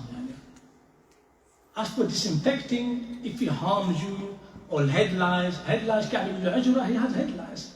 And Prophet said, just take it off and no. So now, let's move on. I believe that we went over the time, but that is why I said earlier that perhaps one lesson shouldn't be enough. But inshallah, khair, inshallah. We will, these are the seven things common for women and men. Don't cut your hair, don't take off your hair. Now, if you do this, and then some of the hair fall, or you just, do this, some of the hair fall, or some of the sisters, example, they want to do their hair, and they want to do their hair, some of their hair fall, that's not an issue. You didn't do it by, intention, you did it by accident, that's not an issue. Example, you took a shower in the hotel, you're still in the state of ihram, you took a shower, some of the hair fall, that's not an issue. That's not an issue. Cut your nail, biting your nail include the same. Taib means put perfume on, you're not allowed. Hunting, you're not allowed. Marriage contract, sexual relation, and anything that calls for that foreplay. Niqab, the niqab, what is meant by niqab is an extra, what's it meant by niqab is an extra piece of wear. Extra piece that the sister wear and they put at the back. That's an extra thing. Like kind of a veil, extra veil, or burqa. This is not permissible for them. But now, let's say they have something on the top of it, and they want to cover the whole thing, it becomes quite transparent a bit, especially in front of men. They want to cover in front of men. They're allowed to do that. They're allowed to cover. Until the men pass, and then they uncover. They must uncover. The thing is, their faces must stay uncovered. And no gloves for women. Of course for men obviously, but for women, they're not allowed to wear gloves. Even if men pass by, they're not allowed to wear gloves. What if they're in the snow? Yep. What if they're in the snow? What? What if they're in the snow? He's just asking silly questions. No, it's fine, it's fine. He's asking what if they're in the snow. There's no snow in Saudi Arabia. Now, these mahdurat al-ihram, which I mentioned all that. Now, some of the brothers, they say, what about if we do this? What about if we do that?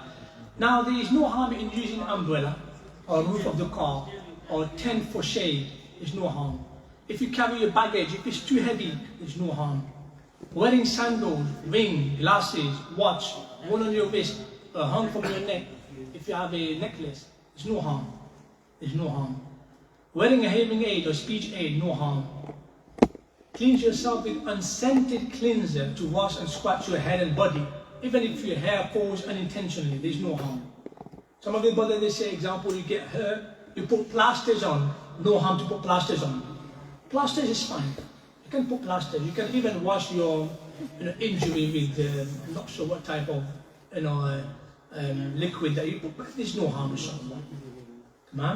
Washing your ihram, let's say you want to take a double ihram, especially during Hajj time, where you've got to wear this for 3.5 days.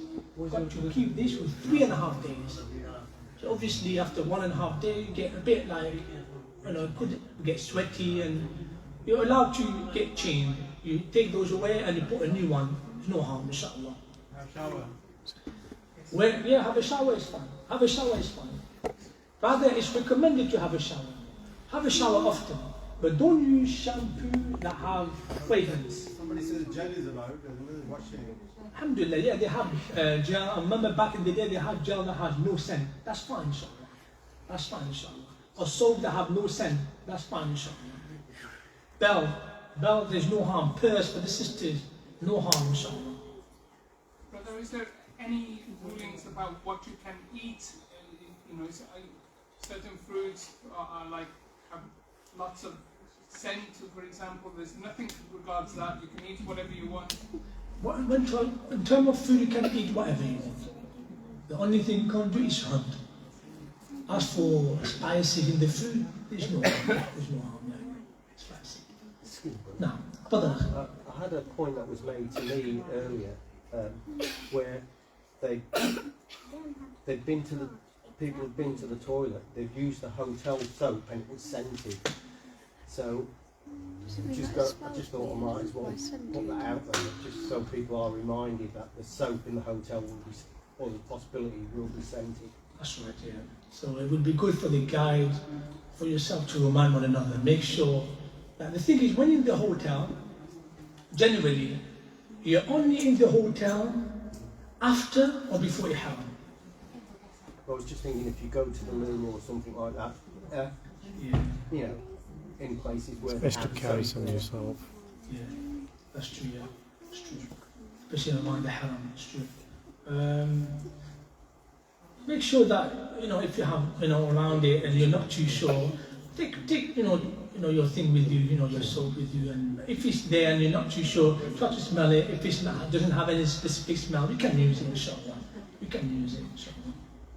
I've heard that you should be in a disheveled state in the state of Islam, that you shouldn't like rub dust off or like put shampoo on, so then you're like pure, not pure state. Like you shouldn't do anything that. It is kind of prohibited to put on soap with the intention that you're trying to get the dirt off your body. So the intention is more around. The thing is, as long as it has scent, can smell nice, you're not allowed to use. Honey, sometimes even shampoo or body wash is honey. You're not allowed to use, because honey can also be used as for a way to, Allahu A'lam. So we move on, inshallah. Inshallah, we'll try and finish, you know, Umrah as per Hajj. When do you normally leave, brothers? Is it next week? Will you be here? Next Saturday or Sunday? On Thursday, leaving 19th. Yes. The Monday after. All of you, inshallah? Leaving on Thursday. Thursday. We'll try and complete that, inshallah. So for the Tawaf Umrah, when you have Tawaf Umrah is quite straightforward. So when you see Kaaba, you stop saying the Talbiyah, you start going from here, from number one. So you will enter, depending on where you're coming from, you will enter here in the Masjid, and you start going from number one. So from number one all the way to the Safa, that side. From number one all the way there, you will have a black line on the floor. It's a black line, you can't miss it.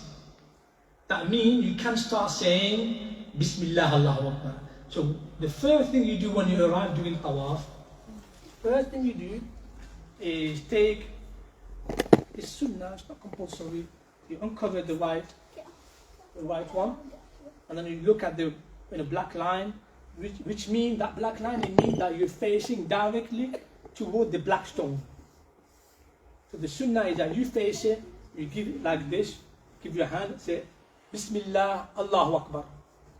Now let's say if you're lucky and strong enough, mashallah, to go and touch the black stone, then obviously the next step is to touch, and then kiss. Bismillah Allahu Akbar. The next step, which is even better, if you can, mashallah, do it without pushing, is you kiss the black stone yourself. After you kiss, you say Bismillah Allahu Akbar. And then you start your 7, it has 7 basically shows, 7 circles.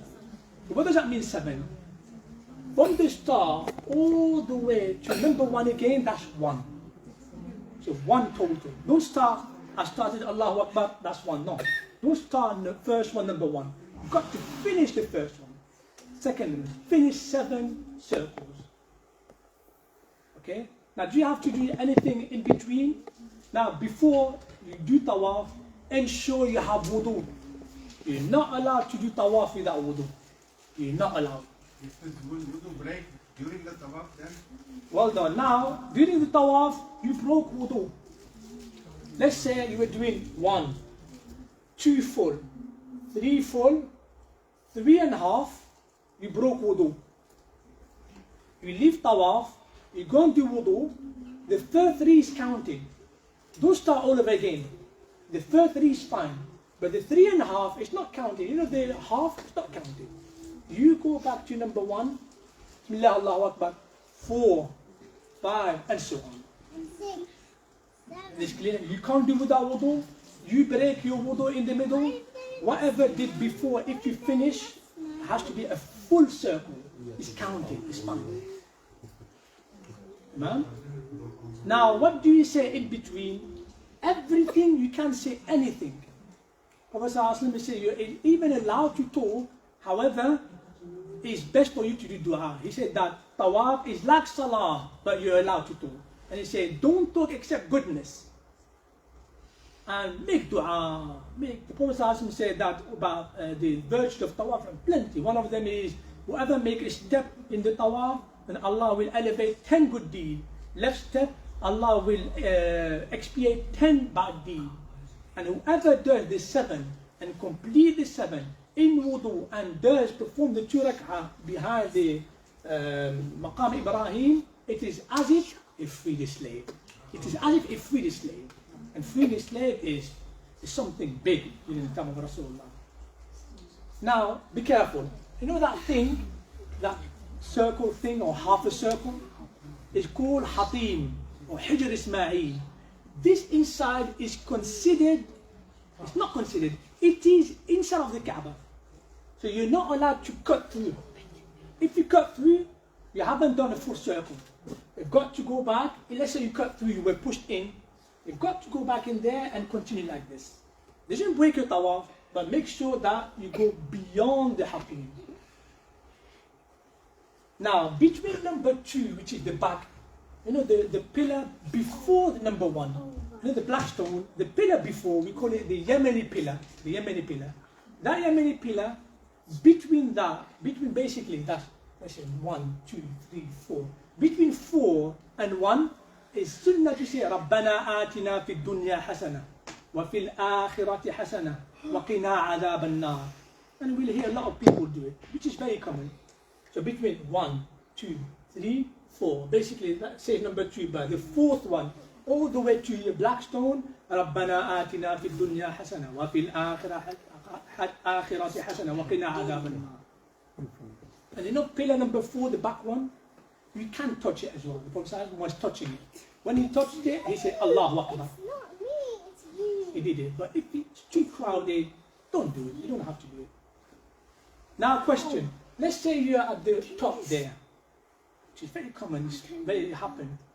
How do we start? Of course, on the top there will be still a black, line. Black line. Can you go over the black line 1 or 2 meters and say Bismillah Allahu Akbar? Yes, that black line is not like by centimeter, it doesn't mean like that. Approximately. You can go 1 line before, 1 line after you say Bismillah Allahu Akbar. That's not an issue, inshallah. You also have green lights as well. Green light now? Yeah. Okay. You can see from a distance. It used to be black line before. So. But no, green lights. Light as well? Yeah. But even the line. The line is there, but you also have the light as well. Okay, mashallah. Starting point. Alhamdulillah. Perfect. So this is the tawaf. Don't do tawaf without wudu. And make a lot of dua. Especially for your brother Omar, no, for myself, inshallah. Kidding. And between the last pillar and the first one, you can make any dua you want. Now, let's say you finish the 7. Is it finished? No, it's not finished. You've got to pray the 2 rak'ahs.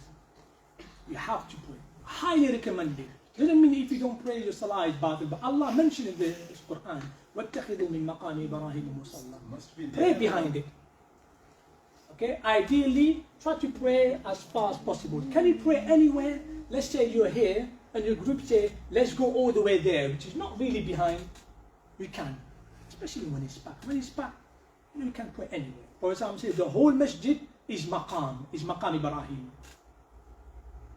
By the way, Maqam Ibrahim used to be just here. But they moved it back because people used to pray in the middle of the mataf, and then they moved it back. Is this clear? Yeah. First 3 circle of tawaf, it should be sunnah about just moving faster. Rami. Yeah. Faster? Yeah, before the men. Yeah, it says that the first 3, well done, the first 3 is sunnah to kind of, what's the word? Jog. Trot. Slight jog. Jog, yeah, jog. I thought Ramal was marching like a soldier, wasn't it? The first 3. Because I was under the impression, the jogging is for when you're doing the safa, and Ramal also is there. what, yeah. almost marching like a soldier around. Okay, then marching like a soldier. Yeah. يعني in Arabic is a rami. Arabic is a word is not the rami. There's another word that's ramal with a lamb. Ramal is more like walking fast. Yeah. I mean, very slow jog, يعني, not too much. And sa'i between the two lines is like try to run a bit fast. Tamam? Now, so this is the thing, and then pray behind. As I said, pray behind. Let's say you haven't prayed. You finish the 7, you broke wudu, go and do wudu and come back, and you can pray anywhere. You can pray anywhere in the masjid to get the full reward. Can you pray anytime? You can pray anytime. After Fajr, after Asr, during Dhuhr, Zawal, pray anytime. Talking about these 2 prayers. These 2 prayers of Tawaf, you can pray anytime during the day. Anytime. Ma'am? Let's say you have Tawaf. Tawaf, you did 4 times. Iqamah started. You pray with the Jama'ah, Allahu Akbar. And then once you finish, carry on your Tawaf. Don't start all over again, carry on. But let's say you did 3.5. 3.5, you start praying with them. Okay, that's fine, pray. Do you count 3.5? You count only 3. So what you do, don't go back like this. Just go back like this, don't count it. And then as soon as you arrive to Blackstone, you count number 4 and so on. You carry on from number 4. Does that make sense, inshallah? Yeah. Make sure wudu is there. And make dua and... Ma'am?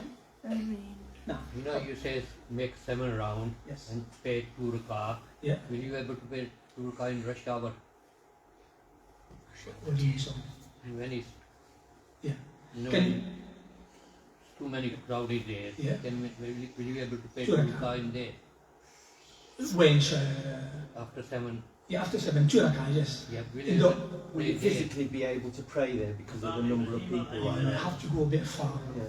Are you talking about straight here? Straight here? Whatever. It will be difficult because people they do tawaf here. So ideally, let's say they will. Let's say they will tell you go here. Let's say they will tell you somewhere at the back here, somewhere there, it's fine, but not outside of the mosque. Not outside. Don't go to the hotel and say I want to pray there. No, you have to be within the mosque. Anywhere within the mosque. Anywhere. Let's say your group say let's go over there. It's safer. Let's pack. We follow them. And my advice for you is try to do tawaf here. Because if you do up there, it's quite a long walk. It will take very long. Now, can you do tawaf on your wheelchair? It's fine. Can you do tawaf, مثلا somebody carries you, or you take even on a mount? Is fine. Tawaf can be the purpose is not walking. The purpose is doing the circle. Whether you do it on a it's fine. Any mobility scooter, everything. This is completely fine, inshallah. Is this clear, inshallah, for the tawaf? After finishing 2 rakah of tawaf, it's not obligatory to drink the zamzam. So is it obligatory to drink zamzam after you've done Yeah, sunnah, before there used to be zamzam here. Me, when I lived there for 3-4 years, there was zamzam here. So when we go there, you finish, you go downstairs and you drink zamzam. You can see the zamzam actually water flowing. Those who visited before 2004, you could see that. But now, after you pray rak'atain, go any places where behind these water, coolers. Then you take and drink zamzam. The Prophet ﷺ used to do that. He used to go there and used to drink zamzam, take a bit of rest, 5-10 minutes, and then would carry on. So after you finish that, the next step is sa'i. Sa'i is basically to When you first greet the black stone, you kiss your hands, and after every when you touch the black stone, you kiss your hand. This is the sunnah. And you say, every time, by the way, I forgot to mention, every time you go to number 1, every time you pass by number 1, show Assalamu alaikum with both hands or one hand. Prophet ﷺ did with one hand. He had a stick, sallallahu alaihi wasallam, he would touch with the stick and say Allahu Akbar. And he had a stick with him. He would touch with the stick. He wouldn't kiss the stick, but he would touch with the stick. Say Allahu Akbar. But the first time you say Bismillah Allahu Akbar. Yes, so if the brother, example, he said you touch, kiss your hand. But if you just give salam or one hand, you don't need to touch. You don't need to kiss. You don't need to do that. Tamam? So the next step now, after you finish that, you can take a rest, 5-10 minutes, because Sa'i is quite a long, the next one will be quite a long one.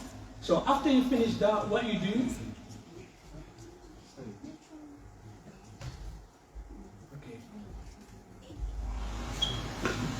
As you can see here, this is the 4 pillars. So the black stone, there's a line, and every time you pass by the black stone, you say Allahu Akbar. When you go to the Yemeni corner, which is that 4th one, between the 4 and number 1, رَبَّنَا آتِنَا فِي الدُّنْيَا حَسَنَةً وَفِي الْآخِرَةِ حَسَنَةً وَقِنَا عَذَابَ النَّارِ. And you're not allowed to go to cut through here. You know, in the Hatim, you're not allowed to cut through. You've got to make sure you go behind it. And make sure your Kaaba is on the left. Kaaba is on the left.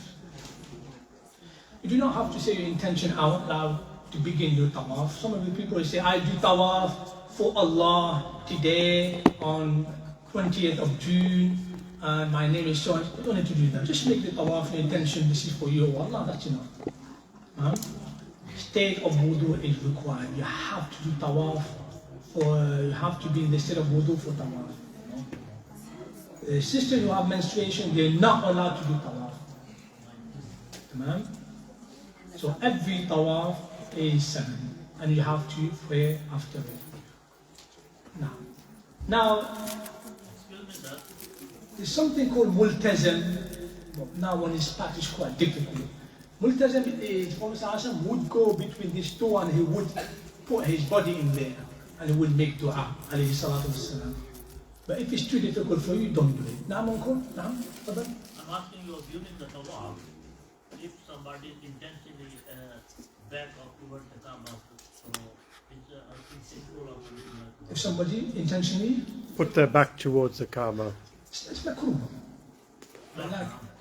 Yeah, some people, what they do, I've seen them, is, when they leave tawaf, they do like this. This is not really the way to do it. Unfortunately, they didn't do it. But if you do tawaf like this intentionally, the ulama, they say, especially when you're too busy and there's no way for you to, it's makruh. But just the intention out of respect, disrespect, sorry, this is haram, without a doubt. But let's say you finish your tawaf, you want to go Zamzam. You can't walk back like this.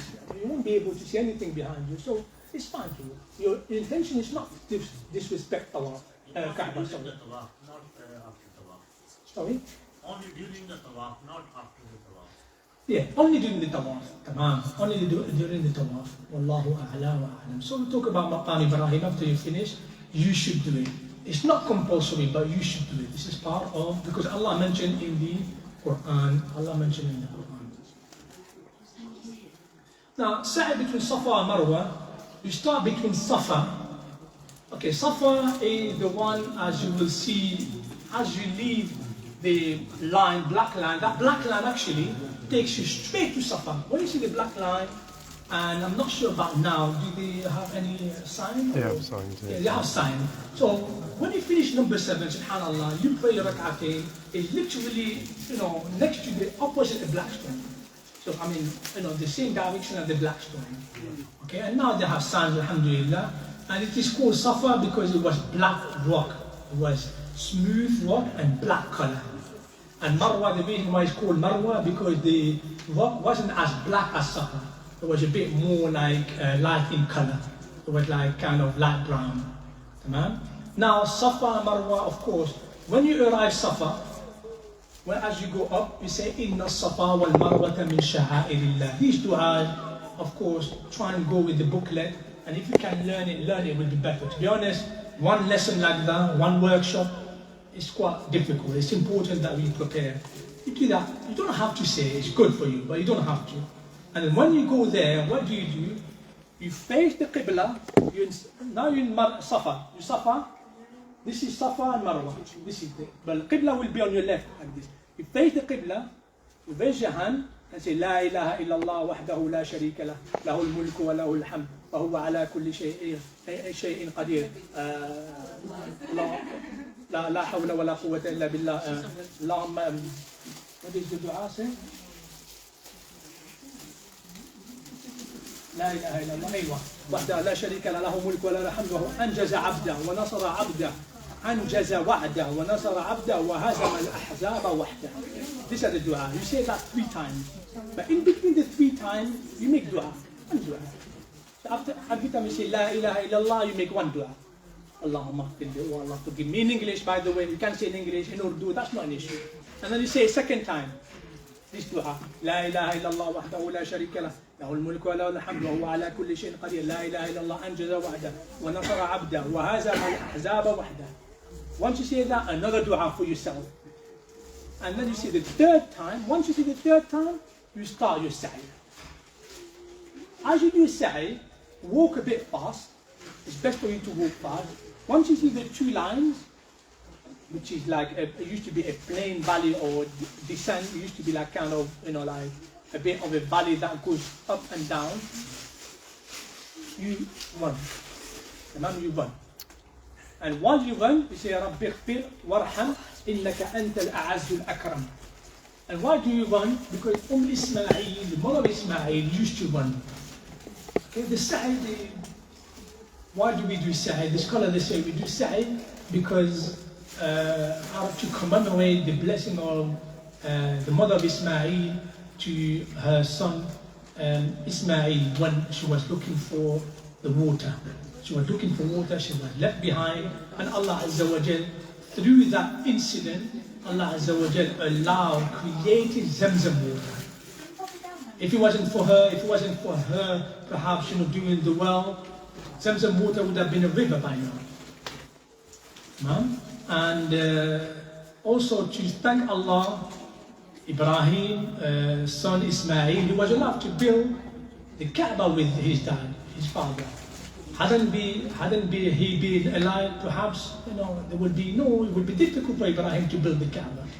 So it's a way to thank Allah Azza wa Jal to commemorate this sa'i between Safa and Marwa. Once you arrive Safa, by the way, there's 400 meters. That's about 400 yards, quite far. So it takes each one take about 5 minutes. Once you arrive Marwa, you do exactly as you did in Safa. So what do? Try and face the Qibla. And then you say, La ilaha illallah, raise your hand. La ilaha illallah wahdahu la sharika lah, lahul mulku wa lahul hamd, wa huwa ala kulli shay'in qadir. La ilaha illallah anjaza wa'da wa nasara 'abda wa hazama al-ahzaba wahda. You do dua for yourself. In English, in Urdu, ask Allah.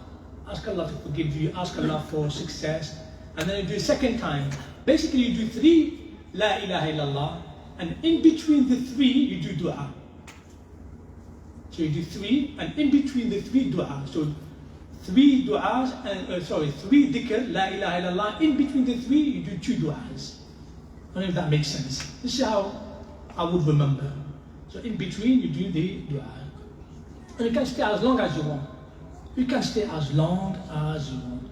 So that's, by the way, one way from Safa to Marwa, that's one way. It's not a return. It doesn't mean a return one way, no. One way, and the return one is another way, so that's 2. So that's 1, 2, 3, 4, 5, 6 Safa, 7. So you start at Safa and you end at Marwa. You start at Safa and you end at Marwa. So Safa to Marwa is 1. That's it. And then Marwa, 2. And so on. Now, do you need wudu for Safa and Marwa? No, wudu is not needed. And look at the blessing of Islam. Look at how Islam made it easy, because it would be too long. Let's say somebody broke the wudu, and it would be more likely to break wudu. It's more likely to happen because it's a long way. It's 400 meters times 7, that's 3 kilometers. So more likely people would break tawaf in an empty day or normal day. Tawaf in normal day is 5 minutes, no more than 5 minutes.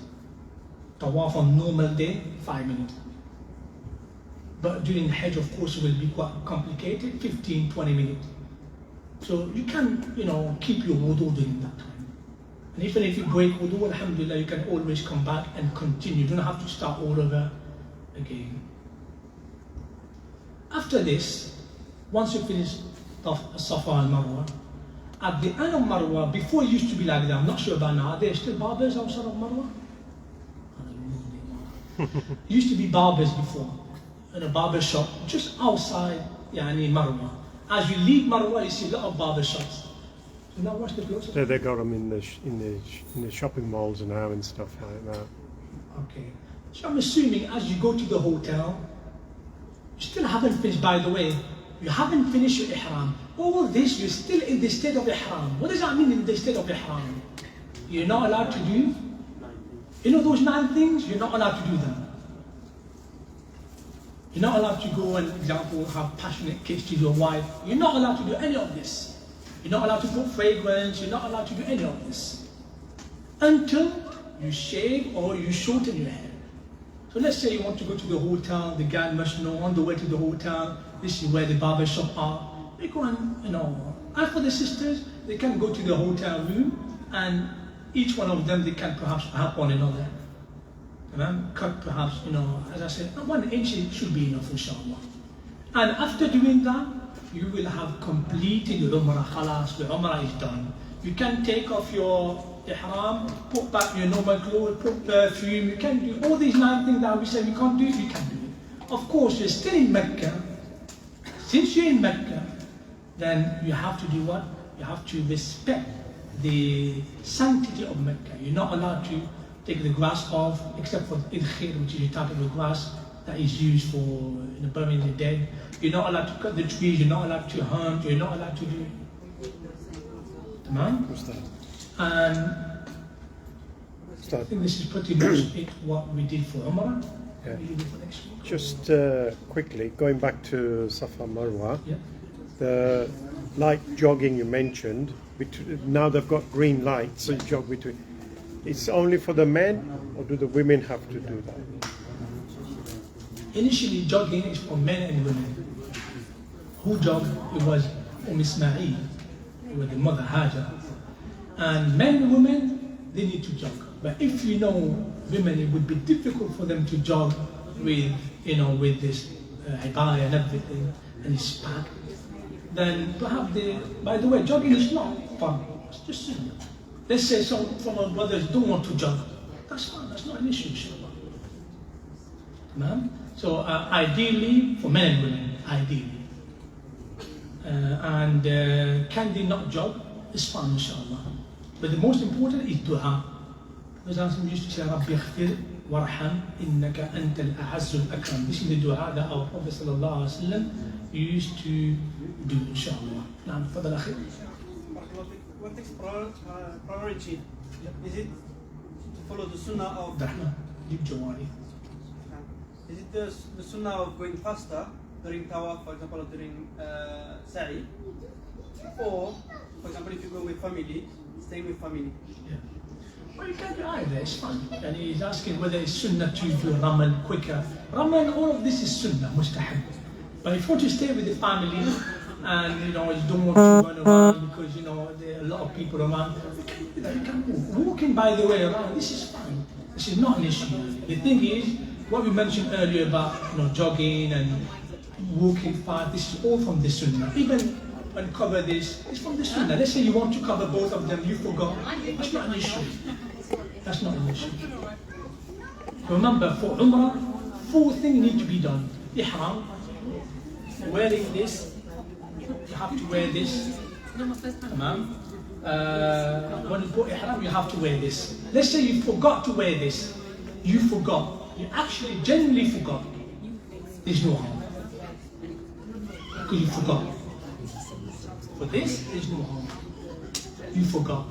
Fragrance, you forgot. You genuinely forgot. No harm. I mean, you didn't make a mistake. You made a mistake. It's not really...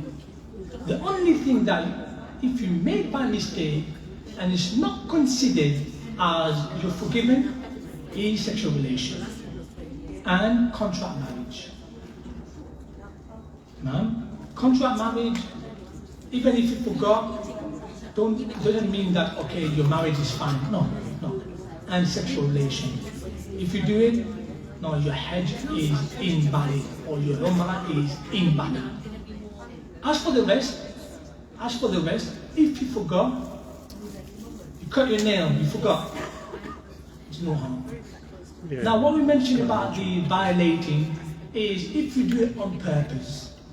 If you do it on purpose. Now let's mention these 5 things that we mentioned, which is these 5 things that we mentioned: cutting your hair, cutting your nails, put something on your head, cover your head for the men, for the women niqab, for the women niqab, gloves for the women, and you put your clothes on. You put your clothes on. You didn't put that, you put your clothes on. If you do it intentionally, these 4 things, if you do it intentionally, then you have a compensation. And that is what? That is your choice. A choice between fasting 3 days, or feeding 6 poor, or doing the biha. 3 days or 10 days? 3 or 10? 3 days. 3 days. 3 days, 3 days.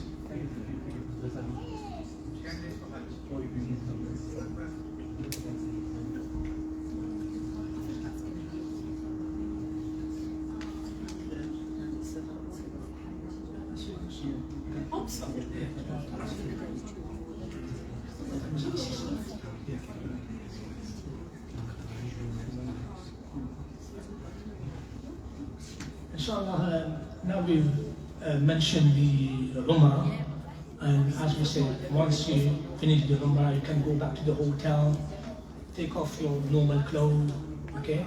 Take off your ihram and put on your normal clothes, put perfume on. Alhamdulillah, Umrah is done. The Umrah is done. You can do anything that was forbidden for you to do. So now let's go back to violating. Remember, there are 7 things, 9 things for the men, and that is foreplay, by the way, foreplay and sexual relation, whether you do it by mistake or you forgot this color. They say there's no forgetting in that. There's no, or you didn't know, you've got to slaughter. You have to slaughter. You have to. There's no choice. Now you have to slaughter. But now, out of the 9 things that we mentioned, what invalidates your Hajj? You know the 9 things that we say, if you violate the ihram state. There's one thing that invalidates, only one thing that invalidates: sexual relation. And of course, if you commit an act of disbelief, of course you're going there not to commit an act of disbelief. So if you have sexual relation while you're in ihram, that invalidates your Hajj. Your Hajj is not valid. Your Umrah is not valid. You've got to complete it as a punishment for you, because you're not allowed to, do halfway. Allah said, وَأَتِمُّ الْحَجَّ وَالْعُمْرَةَ لِلَّهِ. Complete your Hajj and Umrah. Complete it. But you've got to come back another year. That Hajj is not accepted. As for the rest, on the condition that you pay compensation. So foreplay, you've got to do the biha. Your Hajj is valid, but you've got to do the biha. If a man wears something, intentionally he wears it. So, I can't be bothered, I wear this. Man, then they have to not sacrifice, fidya. They have to do fidya, which is the 3 things. Man, which is, you do the 3 things, which is فَفِدْيَةٌ مِّن صِيَامٍ وَصَدَقَةٍ أَوْ نُسُكٍ. Or somebody is forced to do it. Example, he has hair, and then as you mentioned earlier, lice. Ka'b ibn Ujra, he said, Ya Rasulullah, I have a lot of lice, and I can't help it but to scratch my head. He said, would it be better for you if you shave your head? He said, yeah, yes, Ya Rasulullah. He was in the state of ihram. He said, shave your hair, and then do any of the 3. Either fast 3 days, or either feed 6 poor, or either slaughter a sheep. Now let's say you know that you're not allowed to do one of those 8 things now, but you still did it. Example, you cut your nail. You cut your nails. then you have to pay for that. You cut again your nail, you don't have to pay khalas. That's one jins. One jins means one nature. You have to do fidya for each time that you violate. But let's say you cut your nail and you cut your hair. That's two separate things. So you've got to compensate for this and compensate for this. Two separate things. So let me repeat. You cut your nail on purpose or by accident. I say by accident. By the way, by accident, you don't have to do because it's an accident. You completely forgot. You genuinely, forgot. But let's say you didn't have a choice, but you had to cut it because you hurt your hands or you cut it. Then you have to do one of the three. You cut it again at the same ihram. You cut it again. That's one is enough because that one is enough for doing. But let's say you cut your hair, you cut your nails, you put this. You did three separate things. You've got to compensate for each of the violation. But let's say you put the first time on purpose, and then you take it off. You say, "Astaghfirullah, what did I do? Well, I don't know why I did." And then you do it again. Not once. Once is enough. One compensation for every time you violate the same thing. And again, my brothers and sisters, this does not invalidate, but you have to respect the sanctity of being a muhrim. The reason why we uncover, again, like we mentioned before, nakedness is a form of forgiveness, basically. When you're naked, that means you're forgiven. This is an expression that the scholar have said. So we hope that Allah forgive even to the very last hair of our body. This is the purpose. Even our nails, we hope that Allah is already forgiven. Now, we take the question, final question, and then we'll let you go, inshallah. Two questions related, actually. So the first one, at the end of your Hajj, and you have to, you give the money so that they will sacrifice a sheep for you. Is your Hajj complete when you give the money, or is your Hajj complete when they do the sacrifice? When they do the sacrifice. So, do they do the sacrifice straight away, or? Ideally, yes. Right. They inform on the phone. They inform everybody. Okay. So my other question was, does the sacrifice have to be done there, or yes. Can you? It has to be done there. Yes. You don't have to be present in there, but it has to be done there. Why? Because the meat has to be distributed to the poor of Mecca. Has to be done there. As for the fasting 3 days, the 3 days that you fast, you can fast here or there. That's not an issue. But let's say those who cannot afford to sacrifice, that's a different story. We'll mention inshallah in Hajj. When we do Hajj, tomorrow inshallah, the brothers said that perhaps tomorrow or Tuesday, I'm not sure whatever is. Monday would be Monday inshallah after Salat al-Asr. I'll be here at Asr is at 7 I believe, yes. After Salat al-Asr we do Hajj. So from day 8, from the 8th day of the Hijjah, you're in the hotel, what to do, what to say. Now we've finished with Umrah. I know it's quite a long thing to do, but there's another workshop also conducted by a different brother. He did it from 10 o'clock until 5:30. So it's quite a lengthy thing. So just one workshop of 2-3 hours isn't enough. Tomorrow, inshallah, we'll complete with Hajj. What you have to remember, brothers, are the 9 things that you're not allowed to do during the ihram. Okay, let's recap and then I'll let you go. One from the sisters, one from the brothers. Yalla. How many brothers? Yalla. Touching nails. Touching nails. Cut your nails. Covering the head. Covering the head. Sister. 2 from the sisters. No niqab. Niqab. Aywa. Niqab for the sisters. Another one for the sisters. Gloves. MashaAllah. From the brothers. So that's 4. He says cutting the nail. Obey. Cutting your hair. Now he said cover the hair. Cutting your hair. From the sisters, that's 5. From the sisters? Perfume, that's 6. Okay? Of course, perfume is to the brothers. But perfume, even in the ihram, don't put perfume. Okay, put perfume before ihram. Let's say in the hotel, you put perfume. Are you allowed to do that? Yes, it's fine. But on your body, not on your... Oh, okay? That's 6. Brothers, number 7. otherwise, Intercourse. Hunting. Number 8. So sexual relation. Number 8. Marital transactions. Marital transactions, they said. Marriage transaction. Well done. It does not invalidate, by the way, but you're not allowed to do it. And the transaction is not valid, by the way. Number 9. With sexual relation. Go together. Foreplay. Foreplay. Number 10. Could be said 9 for the basically 7 and 4. So 2 more. Hunting. Cutting trees. Hunting. Fatah Allah alayk. You hunt. And finally number 11. picking the grass or something else. We mentioned this is for everybody. Was it cutting your nails or something? We mentioned that. Hunting for Stitched clothes. Yes, stitch your clothes. Wearing tailored clothes for men. Okay, for men, wearing tailored clothes, inshallah. Tamam. Tomorrow, 7 o'clock, inshallah, بعد العصر until المغرب, inshallah. We'll be finished, inshallah, by then. Wallahu alam. تفضل أخي. During ihram, check your body. The blood comes. No, blood is fine. Blood is fine. Yeah, because I can't make it on YouTube channel. It's called MahmudSabir. It's on Facebook at the moment. And both are called MahmudSabir, the Masjid's name.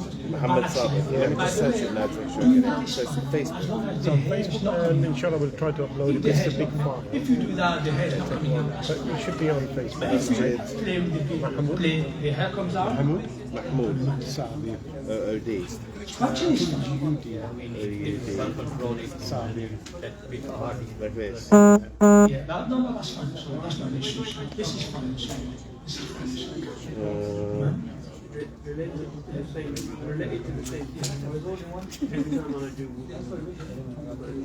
I do.